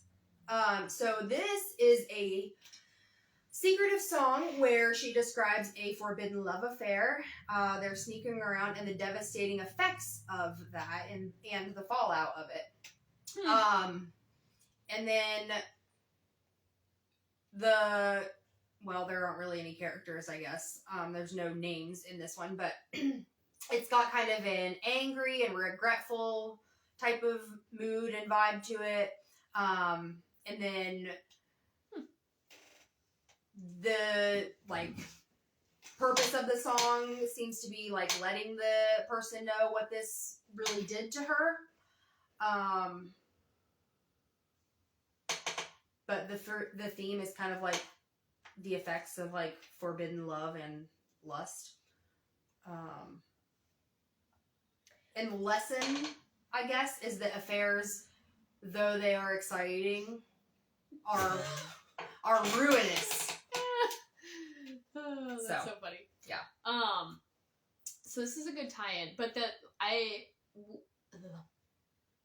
listening to illicit affairs, the first few times before, I knew about the love triangle, but I didn't know the 3 songs that were included in the love triangle. And hello. Oh, there's Jake. Oh, Hi, and my friend Jake. the thriftiest teacher is on. Love that. So we are talking about we're just talking about Taylor Swift, folklore, evermore. We're a little bit more than halfway through, so join in. Let us know your favorite Taylor Swift folklore song and your favorite Taylor Swift evermore song. So when I first heard about the love triangle, I actually thought that Illicit Affairs was one of the songs in the love triangle, and I still kind of feel like it is, because I do feel like It could fit in. yeah, it's all about I just heard the song the other day, but it's you told your friends you were out for a run, you'll be flushed when you return, and it's all about keeping it hidden, right? It's illicit, and the whole song is about how to hide that affair. Yeah. And so I think it could fit into that love triangle. Interestingly, I'm looking at track number 10 for folklore, which is Ivy, and the same Franklin Post article said that Ivy and illicit affairs are actually connected because it is it's the dual perspectives type of a thing. The illicit connections affairs that we're learning about. Yes, I know. The illicit affairs obviously is talking about it's hidden. You tell your friends you're out for a run. Whereas Ivy, according to the Franklin Post, Ivy is about 2 people who meet in a cemetery and spark up a secret relationship, while looking at the tombstones, and they get wrapped up in ivy in a grave house. Wow. That's where the ivy comes from, which is just honestly kind of funny to me. Didn't know. And then the end of it, when she's talking about, which, when you listen to Ivy, and you get to the end, the iconic bridge of it's a fire, it's the goddamn place in the dark, and you started. Love that line. Anyway, she talks about towards the end of the song, if another guy finding out. Well, and based on the Franklin Post, the other guy is the woman's husband, and she's trying they keep going back to this cemetery or to in my mind, when I kind of reading a book, when I listen to Ivy, in my mind I see this big mansion with a stone facade, ivy going up the walls, and so I always pictured this song, most of it taking place in a garden.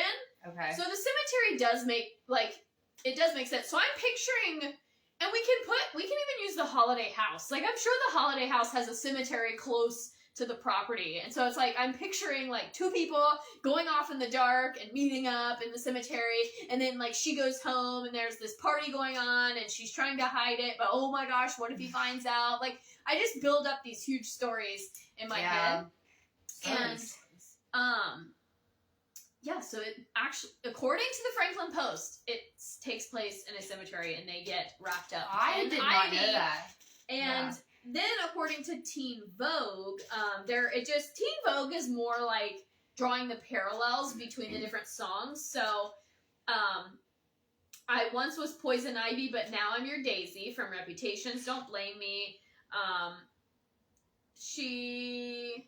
gonna grab a phone charger. Also get a mention of war and a fight connects to Epiphany, which is also a folklore song. So yeah, the Teen Vogue article, if you're interested, just kind of goes into like, you know, these are the connections between other songs on other albums. And yeah, that's all I got. But while she stepped away, track 11 is then Cowboy Like Me.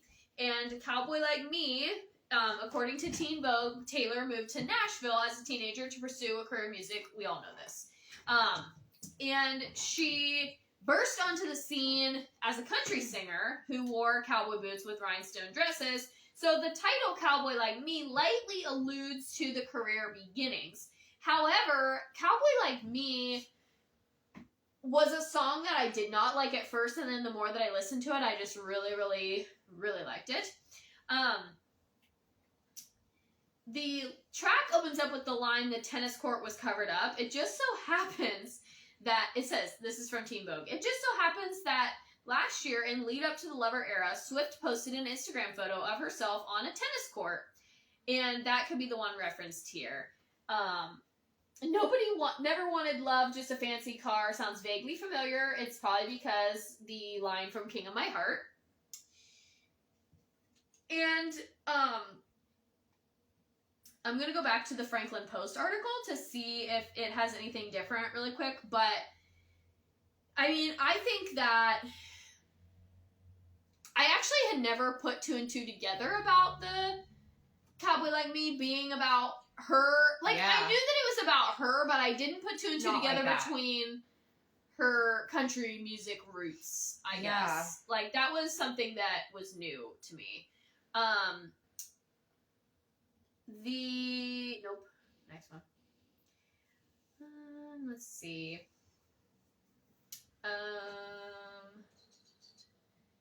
Franklin Post calls it a mellow tavern style ballad. Never heard that term before.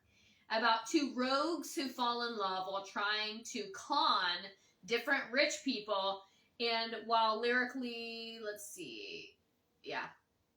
Which, that is kind of, like, I got that meaning from, like, you can tell, again, from the lyrics that it is about these two people almost trying to con each other, and then they end up falling for each other. Like, they meet each other, and I think there's one lyric in there about the airport, like, oh yeah, sitting in an airport bar. So, like, it's these two people, they're lonely, maybe, like, lone rangers, lone travelers, and they run into each other. They realize that they are trying to get something from the other one, and then at the end, it's like, your boots beneath my bed, forever is the sweetest home. Like, they kind of end up just falling in love. But I never put two and two together about the Nashville country music roots. So. And I'm, like, not really a huge fan of that song anyway, so, like, I don't really pay that close attention to it when it is. My favorite lyric is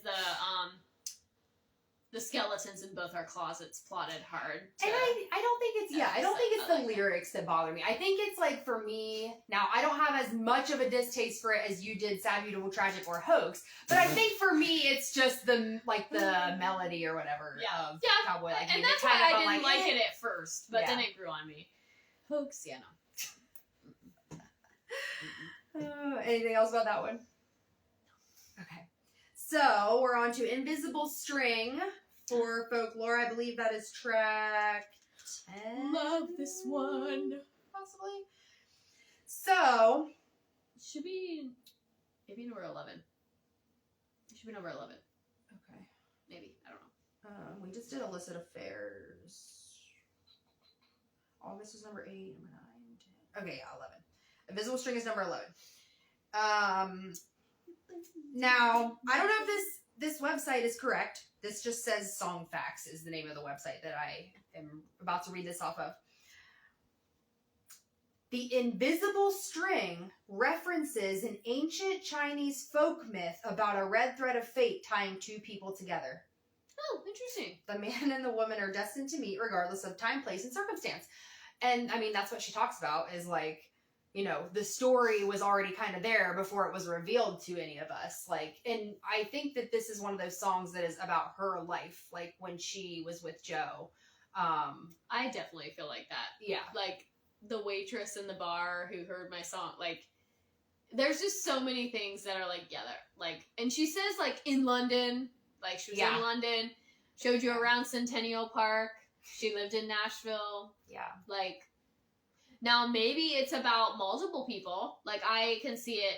Originally, I thought it was about one person. I saw a really funny meme after Folklore came out that was like, you know, everybody, I want to be Taylor Swift, but meanwhile, I'm Joe working at the frozen yogurt shop or something like that. Like, something along those lines, but it might be multiple people, because when she was dating Joe, she didn't live in Nashville. She had she had moved. She was living in New York. So maybe when she was in Nashville, maybe the whole first verse is about one person.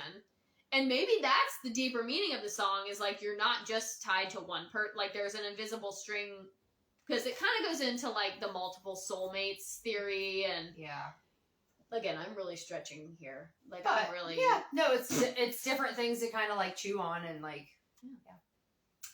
All right, track number 12. Oh, sorry, did you have anything else? No.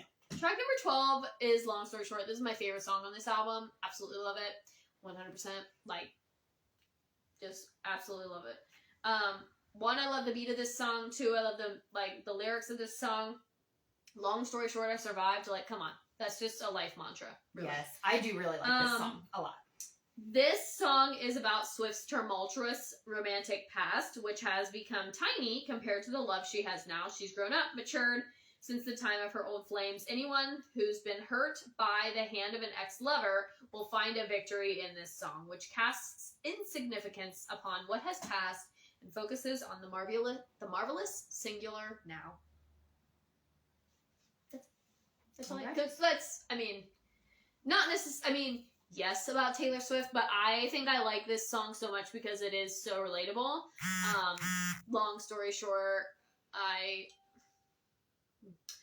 long story short, I survived. Long story short, it was the wrong guy. Long story short, climbed right back up the cliff. Yeah. Now I'm all about you. Yeah. There's just cute. so many. So yeah, there's just so many good. I have nothing bad to say about that song. Yeah. So it just like, it's kind of the epitome of like, you fall down, I get knocked down, but I get up again. It's that, but in a Taylor Swift song. Yes. Yes. All Love it. Anything else about that one? Nope. All right. Next on the folklore track list is Mad Woman. Ooh. So, according to this American songwriter article, Mad Woman sees Swift act as an emblem of women scorned everywhere. She plays the part of a woman primed to fight back against those who are trying to put her down.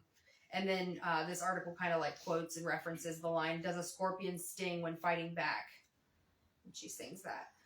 So throughout her career, Swift has been painted as a mad woman. She often sings about her past relationships, which the opposition labels as spiteful and victimizing. The fact is not lost on Swift, but instead of running away from those labels, she wears them with pride, which then allows every other mad woman to be able to wear their emotions without fear. Now, I don't know. Like, some of this I get, but I also feel like she's trying to say, like, well, I feel like she's trying to say, like, for example, the line, poke that bear until the claws come out. Like, she's saying, like, people are going to keep messing with her and saying all these things about her. Like, no wonder, you made her like that, as she says in the song. So she's kind of, like, being transparent about how she feels about the way people paint her out to be or how they treat her. Sister track, Who's Afraid of Little Old Me? Yeah. There you go. Yeah. Right there. Because Mad Woman was the prequel to Who's Afraid of Little Old Me? Like this, I'm telling you, if you keep poking the bear, you poke Black Bear until the claws come out. I'm telling you, the claws are going to come out. The claws come out, and then don't worry, folks, we took out all of her teeth. Like. Yeah. Yes. So now I'm encouraging you all to go and listen to Mad Woman and then listen to Who's Afraid of Little Old Me, because the parallels are astounding. Yeah. That's the sister song. Yeah. That one. Yeah. I will not be convinced. Yeah. Otherwise. We really need to do an episode, like, for all the sister songs. And then the months that each. Yes, and then the months that each one. And then I had another idea but we'll, we have to leave some for the surprise. Okay, anything else about that one? No. Mad Woman. I do think that one is about her and the criticism that she has faced, 100%. Yeah. Track 13 on Evermore is Marjorie. This is a really sweet song. This song is written in an ode to her grandmother, whose name was Marjorie Finley, who was an opera singer. Ironically, track 13 on Folklore is Epiphany, which talks about her grandfather who fought in World War II. So both of the track 13s talk about one of her grandparents, which is interesting. And then it just celebrates the life and spirit of Marjorie, illustrates the parts of her that, despite her passing so many years ago, still live on. So the notes that she used to write, and it really is just a sweet song for anyone who's lost a loved one. Like, it's just kind of the epitome of, I wish I would have had more time with you. I wish I would have saved this. I wish I would have saved that. Kind of all those regrets that you have when somebody passes. But what's most interesting about this song is at the very, very end, as the song is winding down, you can hear a high-pitched vocal in the background music, like in the back track. So there's like the instrumental, and then there's this background backtrack. That is actually Marjorie Finley's voice. It was piped in. So Taylor actually, and so at the very end of the song, I think the last lyric that Taylor sings is, I can hear you singing to me now, or it's one of the last lines that she says, and then as soon as she says that lyric, you can hear that high-pitched vocal kind of come into the back chord, like the background, like the very back, like Taylor's vocals. I don't know if anybody watching this video has any idea about music production. I have very little idea about music production. I just know that it like layers on top of each other, right? So the main vocals are on the top, your instrumental and your like mixed music is here, and then you can like put something down in like the third layer of the music. So they put this high-pitched vocal in, and then put the instruments on top of that, and then put Taylor's vocals on top of that. But Taylor stops singing, so at the very, very end of the song, you can hear it pretty clearly that it is like a high-pitched female voice, and that's Marjorie.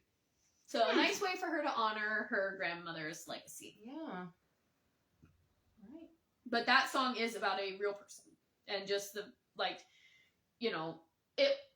she's maybe talking about fictional events, but it's more like it was inspired by a real person, and then she's talking about things that you would want to keep or remember after that person passed. All right, next, I believe Epiphany is track 13, so that's the next one. So I actually did not know this, but this says that Epiphany is partially the story of her grandfather, who was a soldier, and partially then a story about a nurse in modern times. And the person who wrote the Vulture article is saying, I don't know if this is how she did it, but to me it's like a nurse, doctor, or medical professional where med school doesn't fully prepare you for seeing someone pass away, or just the difficult emotional things that you'll encounter in your job. So in the past, heroes were just soldiers. Now they're also medical professionals. And, according to the author, that's the underlying mission of the song. So there are some things that you see that are hard to talk about and you just can't talk about, and as she mentions in the song. But there's also something incredibly soothing and comforting about the song too. But I didn't realize that that's what that was about. And when I tried to go to other articles, it kind of alluded to something similar. It said that her grandfather fought at the Battle of Guadalcanal in the Second World War. And this was the first major land offensive by Allied forces against Japan, and was fought between August 1942 and February 1943. And it says her grandfather never spoke about his experiences, and the genesis of the song came from her attempts to imagine what that generation saw but couldn't speak about. Huh. And I actually thought that this song was about her mom.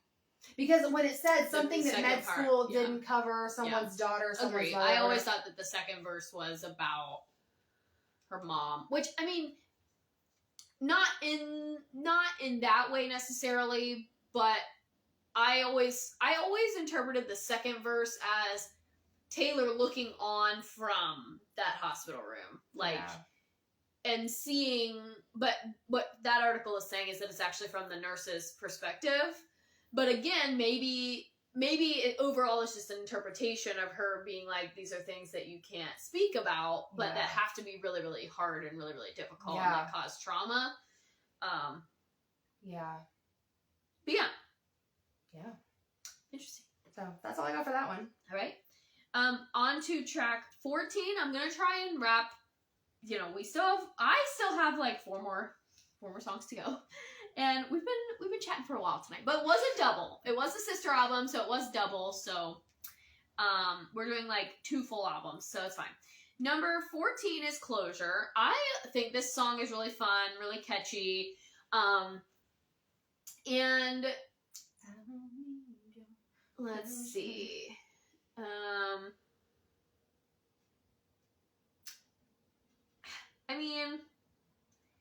I think this is another one. Like, this Franklin Post article doesn't really give me like, oh, this song is about this, but I think it's pretty easy to figure out what this song is about. Like, this song is literally called Closure. It's about getting closure, or her/the narrator not giving closure to somebody who's like, oh, I received your letter, I don't need your closure, like, I'm over it, we don't have to reopen this, it doesn't, like, you don't have to reach out to me and ask me for closure, like, it's just done.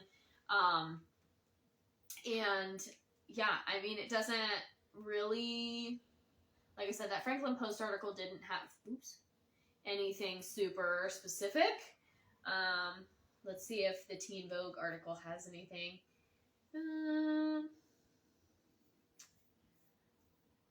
Oh, this is this is a hot take. Are you ready for this?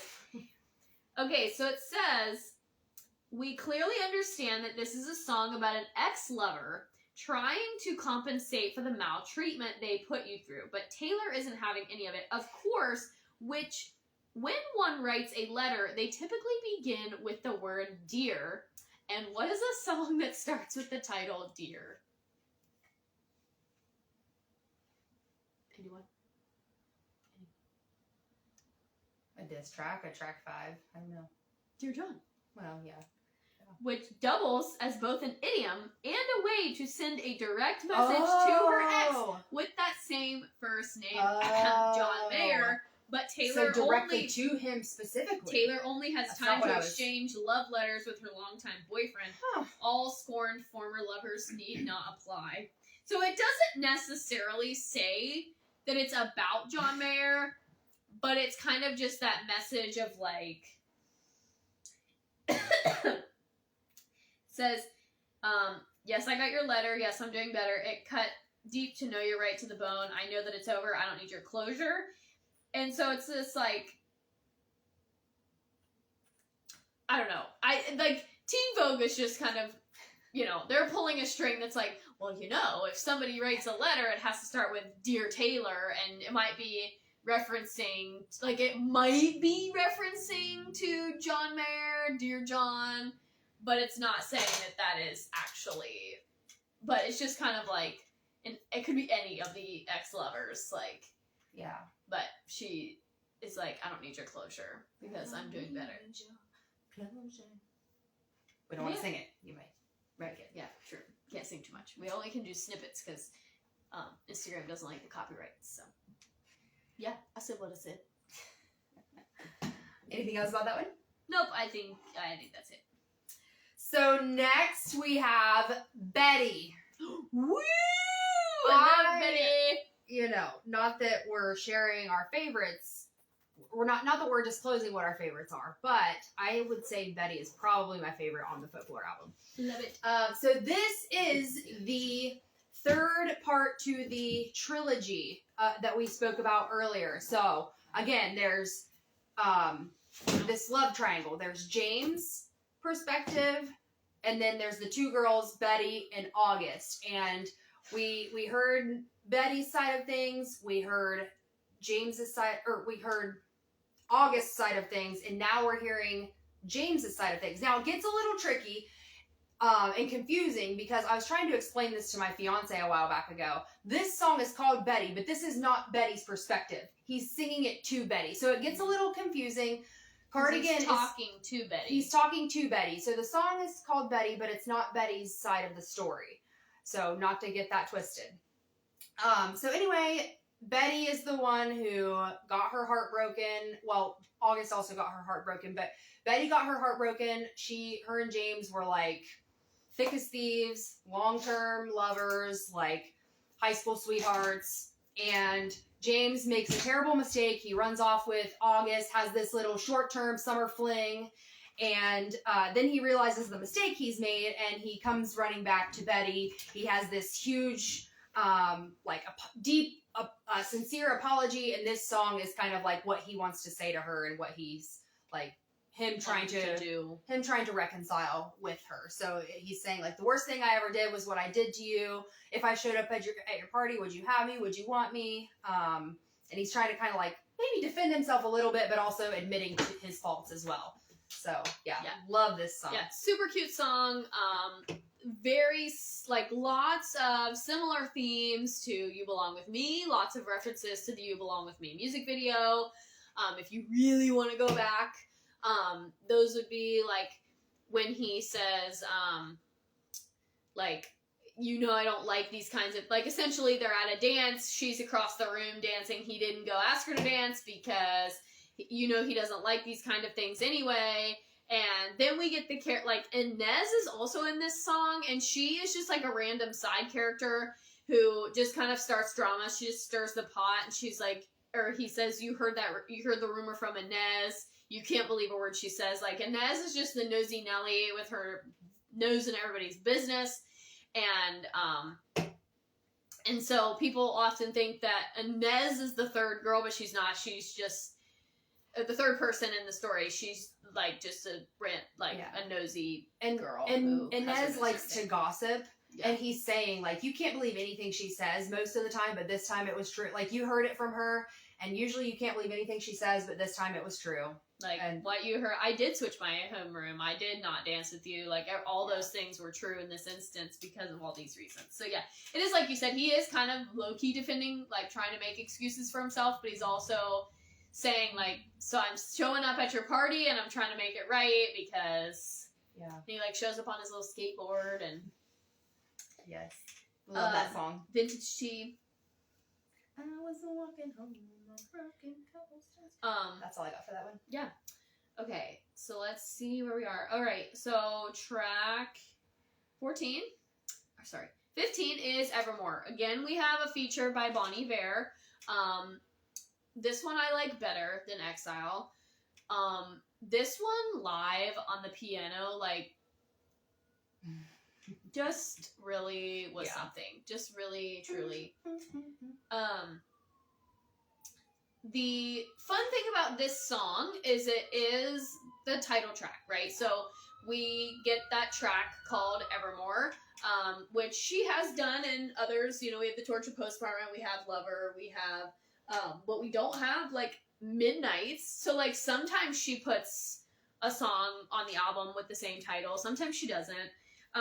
This one, Teen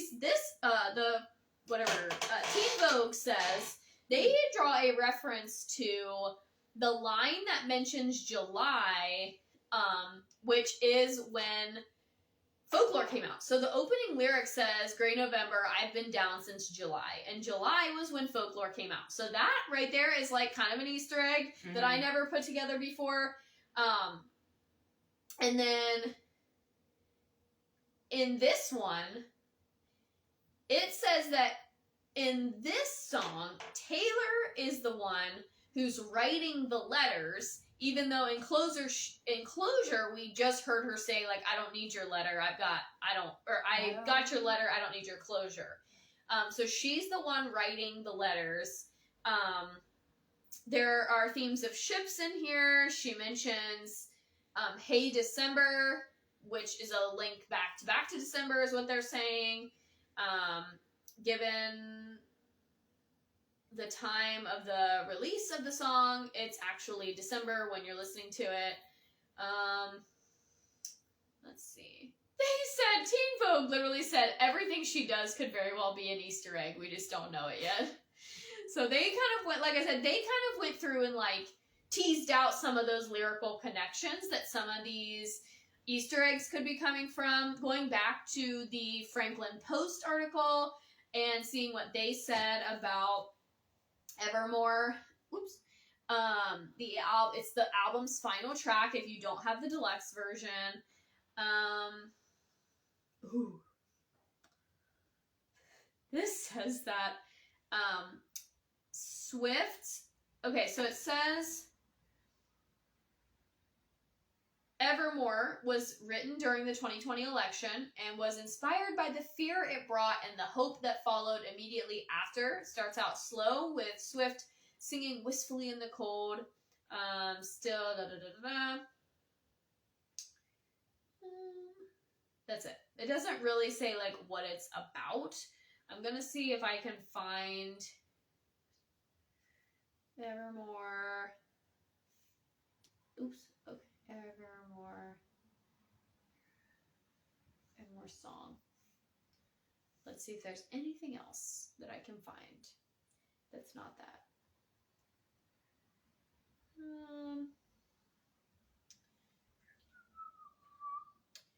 Okay, here's another. This might be the same article. This is a Vulture article again. Oh gosh, which we've looked at their stuff a lot. Mm-hmm. That was the one that the Dorothea. Jeez, it like kicked me out of it. So I'm just. Oh my gosh, it like won't let me do it. But yeah, so I don't know. I mean, I kind of just feel like it's just a wrap up to that. Like, I don't know if it actually. Let's see what this is. This is Genius, the one that I'm on right now, and I've looked at theirs a couple of times. Okay, it says the closing track is a narrator's journey from a seemingly unending period of deep depression and hurt to a place of hope. Like Happiness, Evermore deals strongly with themes of mental health, though this track lays out a more linear path towards healing. Fittingly, Swift has publicly discussed her struggles with significant periods of depression in the past. And we also saw this theme explored in Antihero as well. Which, I mean, it makes sense. Gray November, seasonal depression. I've been down since July. Depression. So, like, yeah, it makes sense. And then kind of at the, as she's coming out of it at the end, it is like this hope of like, I'm crossing the stepping stones. Yeah. I think that's all. There's not really anything else. So the next song on the Folklore album is Peace.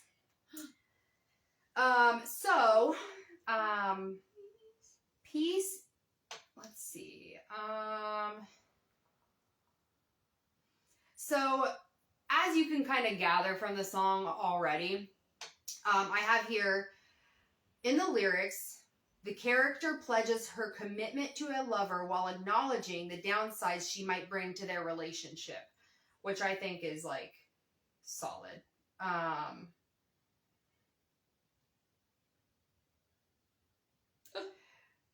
And then also I have here, it says Swift promises her character, because this is folklore, or maybe she's talking about her own life. This is one where I actually do think it could be a little bit about her own life.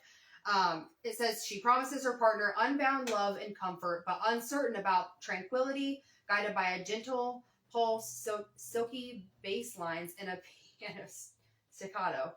But basically, she is going to give her lover all of herself, all of her love, is going to, be a solid partner, but can't promise that, with my lifestyle and the life that I live, that there will be peace all the time. That's kind of out of my control. Are you still willing to go all in for this if I can never give you peace because of, what my life would bring to our relationship? So, yeah.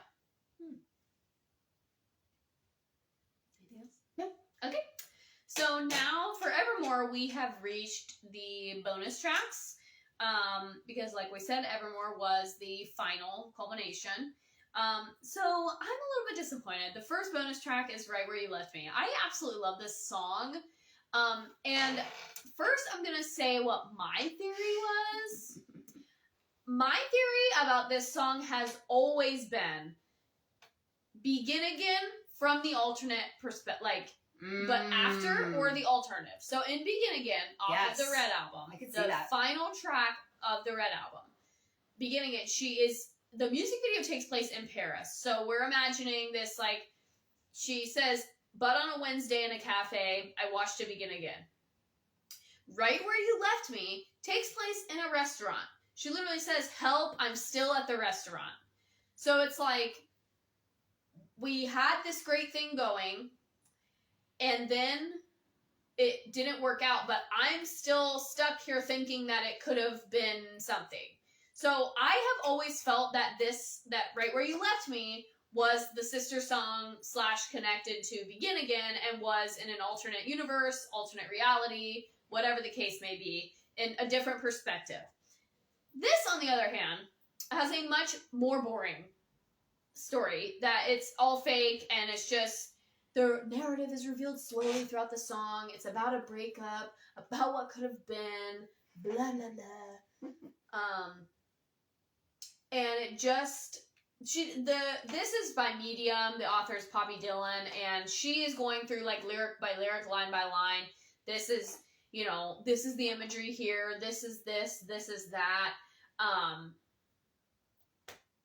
Like, she goes so far as to say that glass shattered on the white cloth is a metaphorical reference to the smashing of a glass at a Jewish wedding.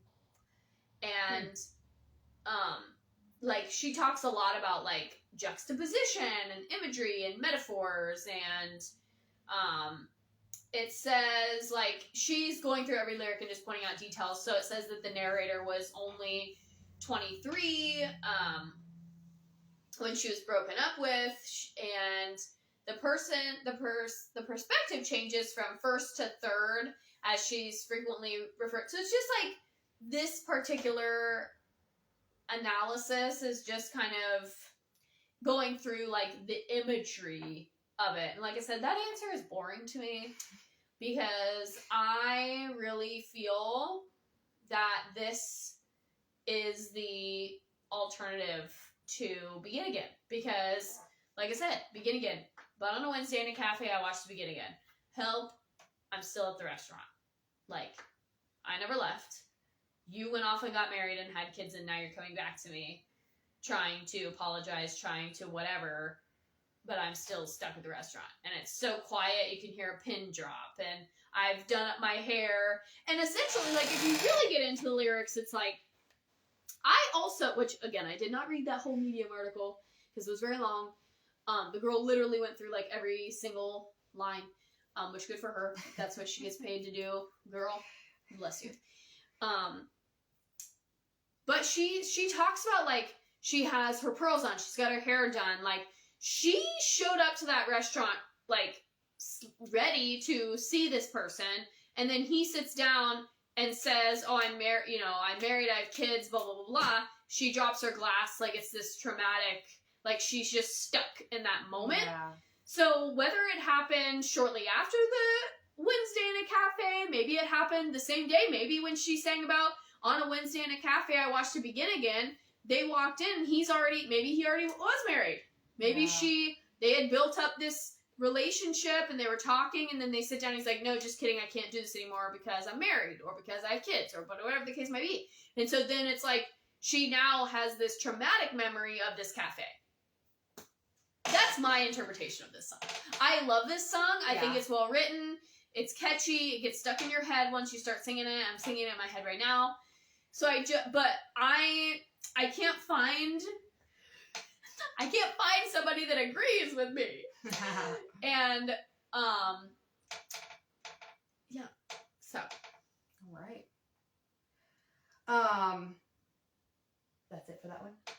Yes, I did find another article. If I find something else, I'll share. Okay. Wow. My next song is Hoax. So Caitlin's favorite on the Folklore album. Just kidding. So Hoax isn't just about one person or situation in Taylor's life. It symbolically closes Folklore with an exploration and summation of all the album's themes. Taylor herself has said, with this song being the last song on the album, it kind of embodied all the things that this album was thematically. Confessions, incorporating nature, emotional volatility, and ambiguity at the same time. Sort of, love that just isn't easy. Yeah. But I feel like, it kind of, yeah, okay, so it gets into here and it says, moreover, it explores the duality that lies within our fragile human relationships. One person can be like your biggest supporter, but can also cause you tremendous heartbreak. So, and I kind of get that vibe with Hoax. It's like, your love is the only hoax I believe in, where it's like, okay, you love someone and it's like intoxicating, like love or whatever, but like it's also kind of like maybe not the greatest, like kind of a lie. It's a hoax, sort of. Yeah. I skimmed this article. Taylor said via Twitter that the Right Where You Left Me is about a girl who stayed forever in the exact spot where her heart was broken, completely frozen in time. That's all it's about. But she did not confirm if it was a true story. She didn't confirm who it was about. I'm still convinced. So convinced. All right. All right. Oh, go ahead. So next I have the bonus track for Folklore, which is The Lakes.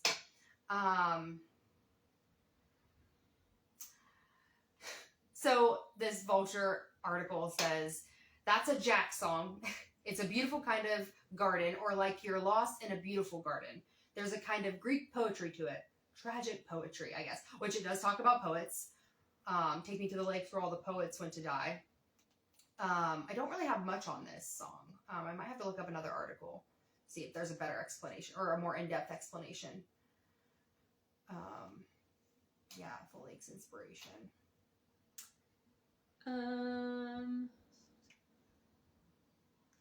Ooh.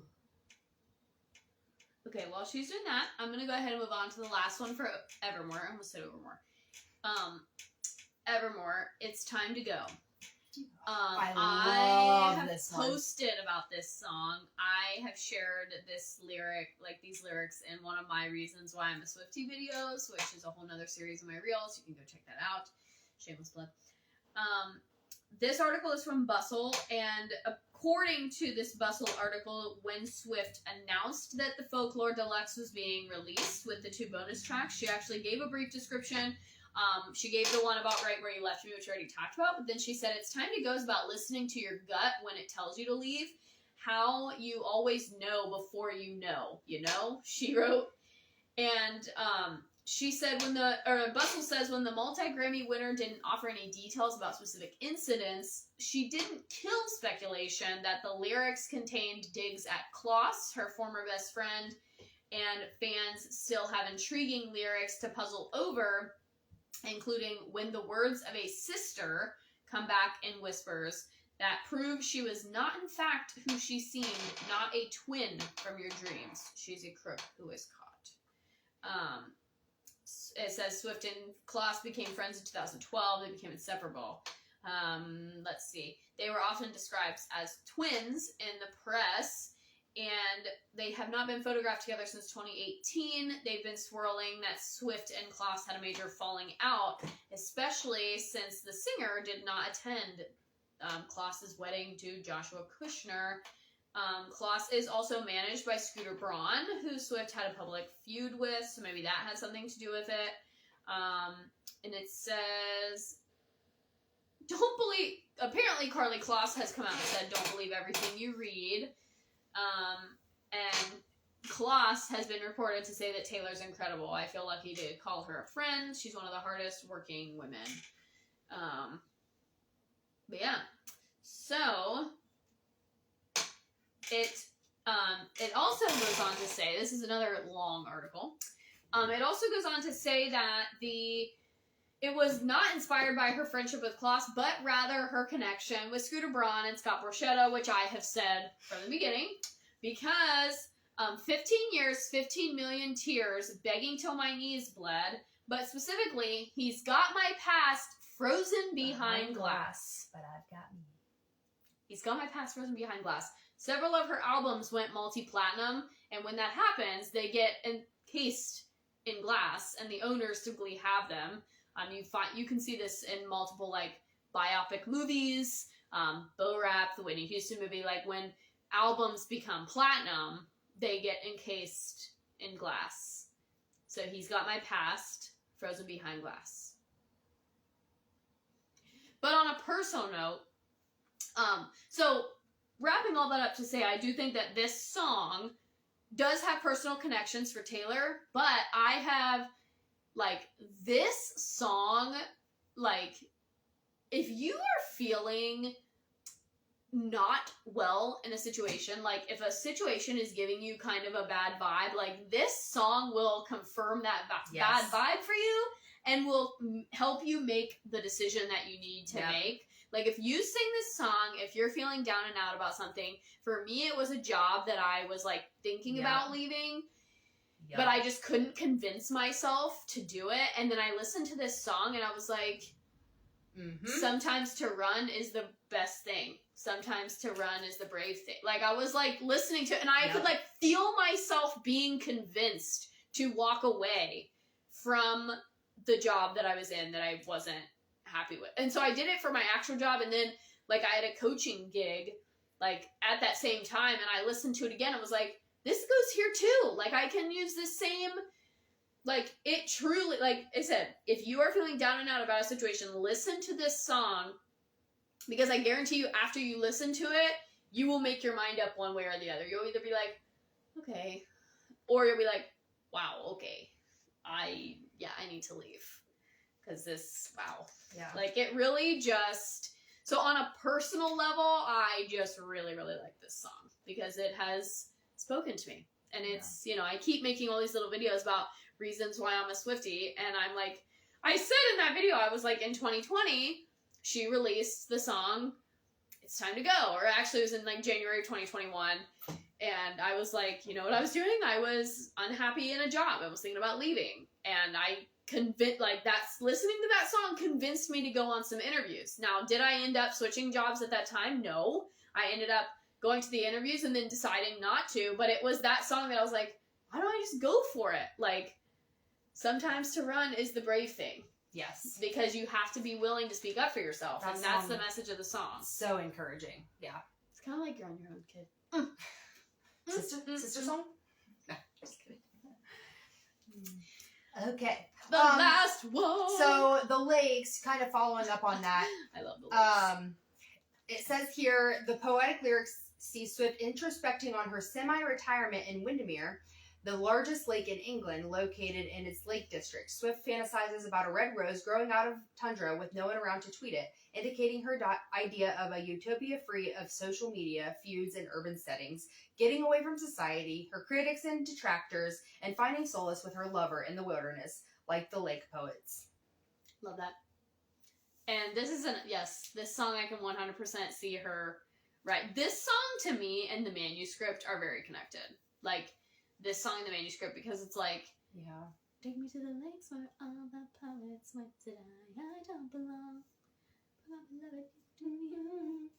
So it's kind of like she's feeling like all of this fame and fortune and these luxuries that people of her stature usually get. She feels like she doesn't deserve it. Maybe because she's young. Maybe because she might feel like how, I'm writing a bunch of songs to tween girl.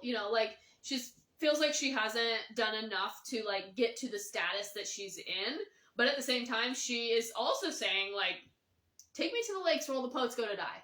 Because, like, I'm kind of sick of this social media. I'm sick of the critique. Like, I just want to be where nobody knows who I am. And I just want to be, like, in this solace.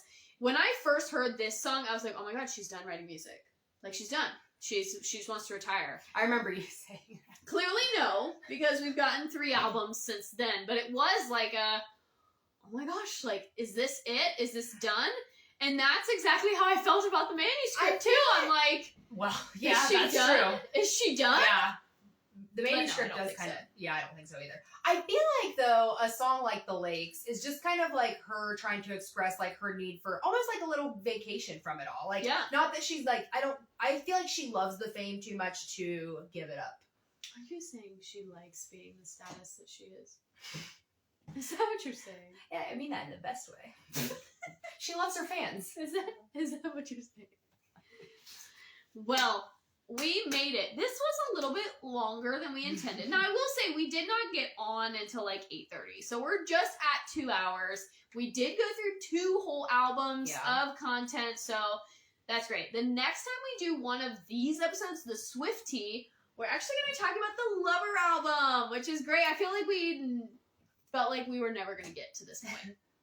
And you know what would be really great, Taylor, is if you could just go ahead and release Reputation, Taylor's version, so that way we can go ahead and do our Lover discussion, and then just go right into our Reputation discussion as we're continuing this reverse chronological journey. That would be really great for me in terms of content creation and episodes for my channel. So if you ever see this, that would be great. And I love you. Love you too, Teddy. We love you. If I ever met you, just you can just sign my hand, and that would be enough for me. And we'll never wash it. And I'll never want.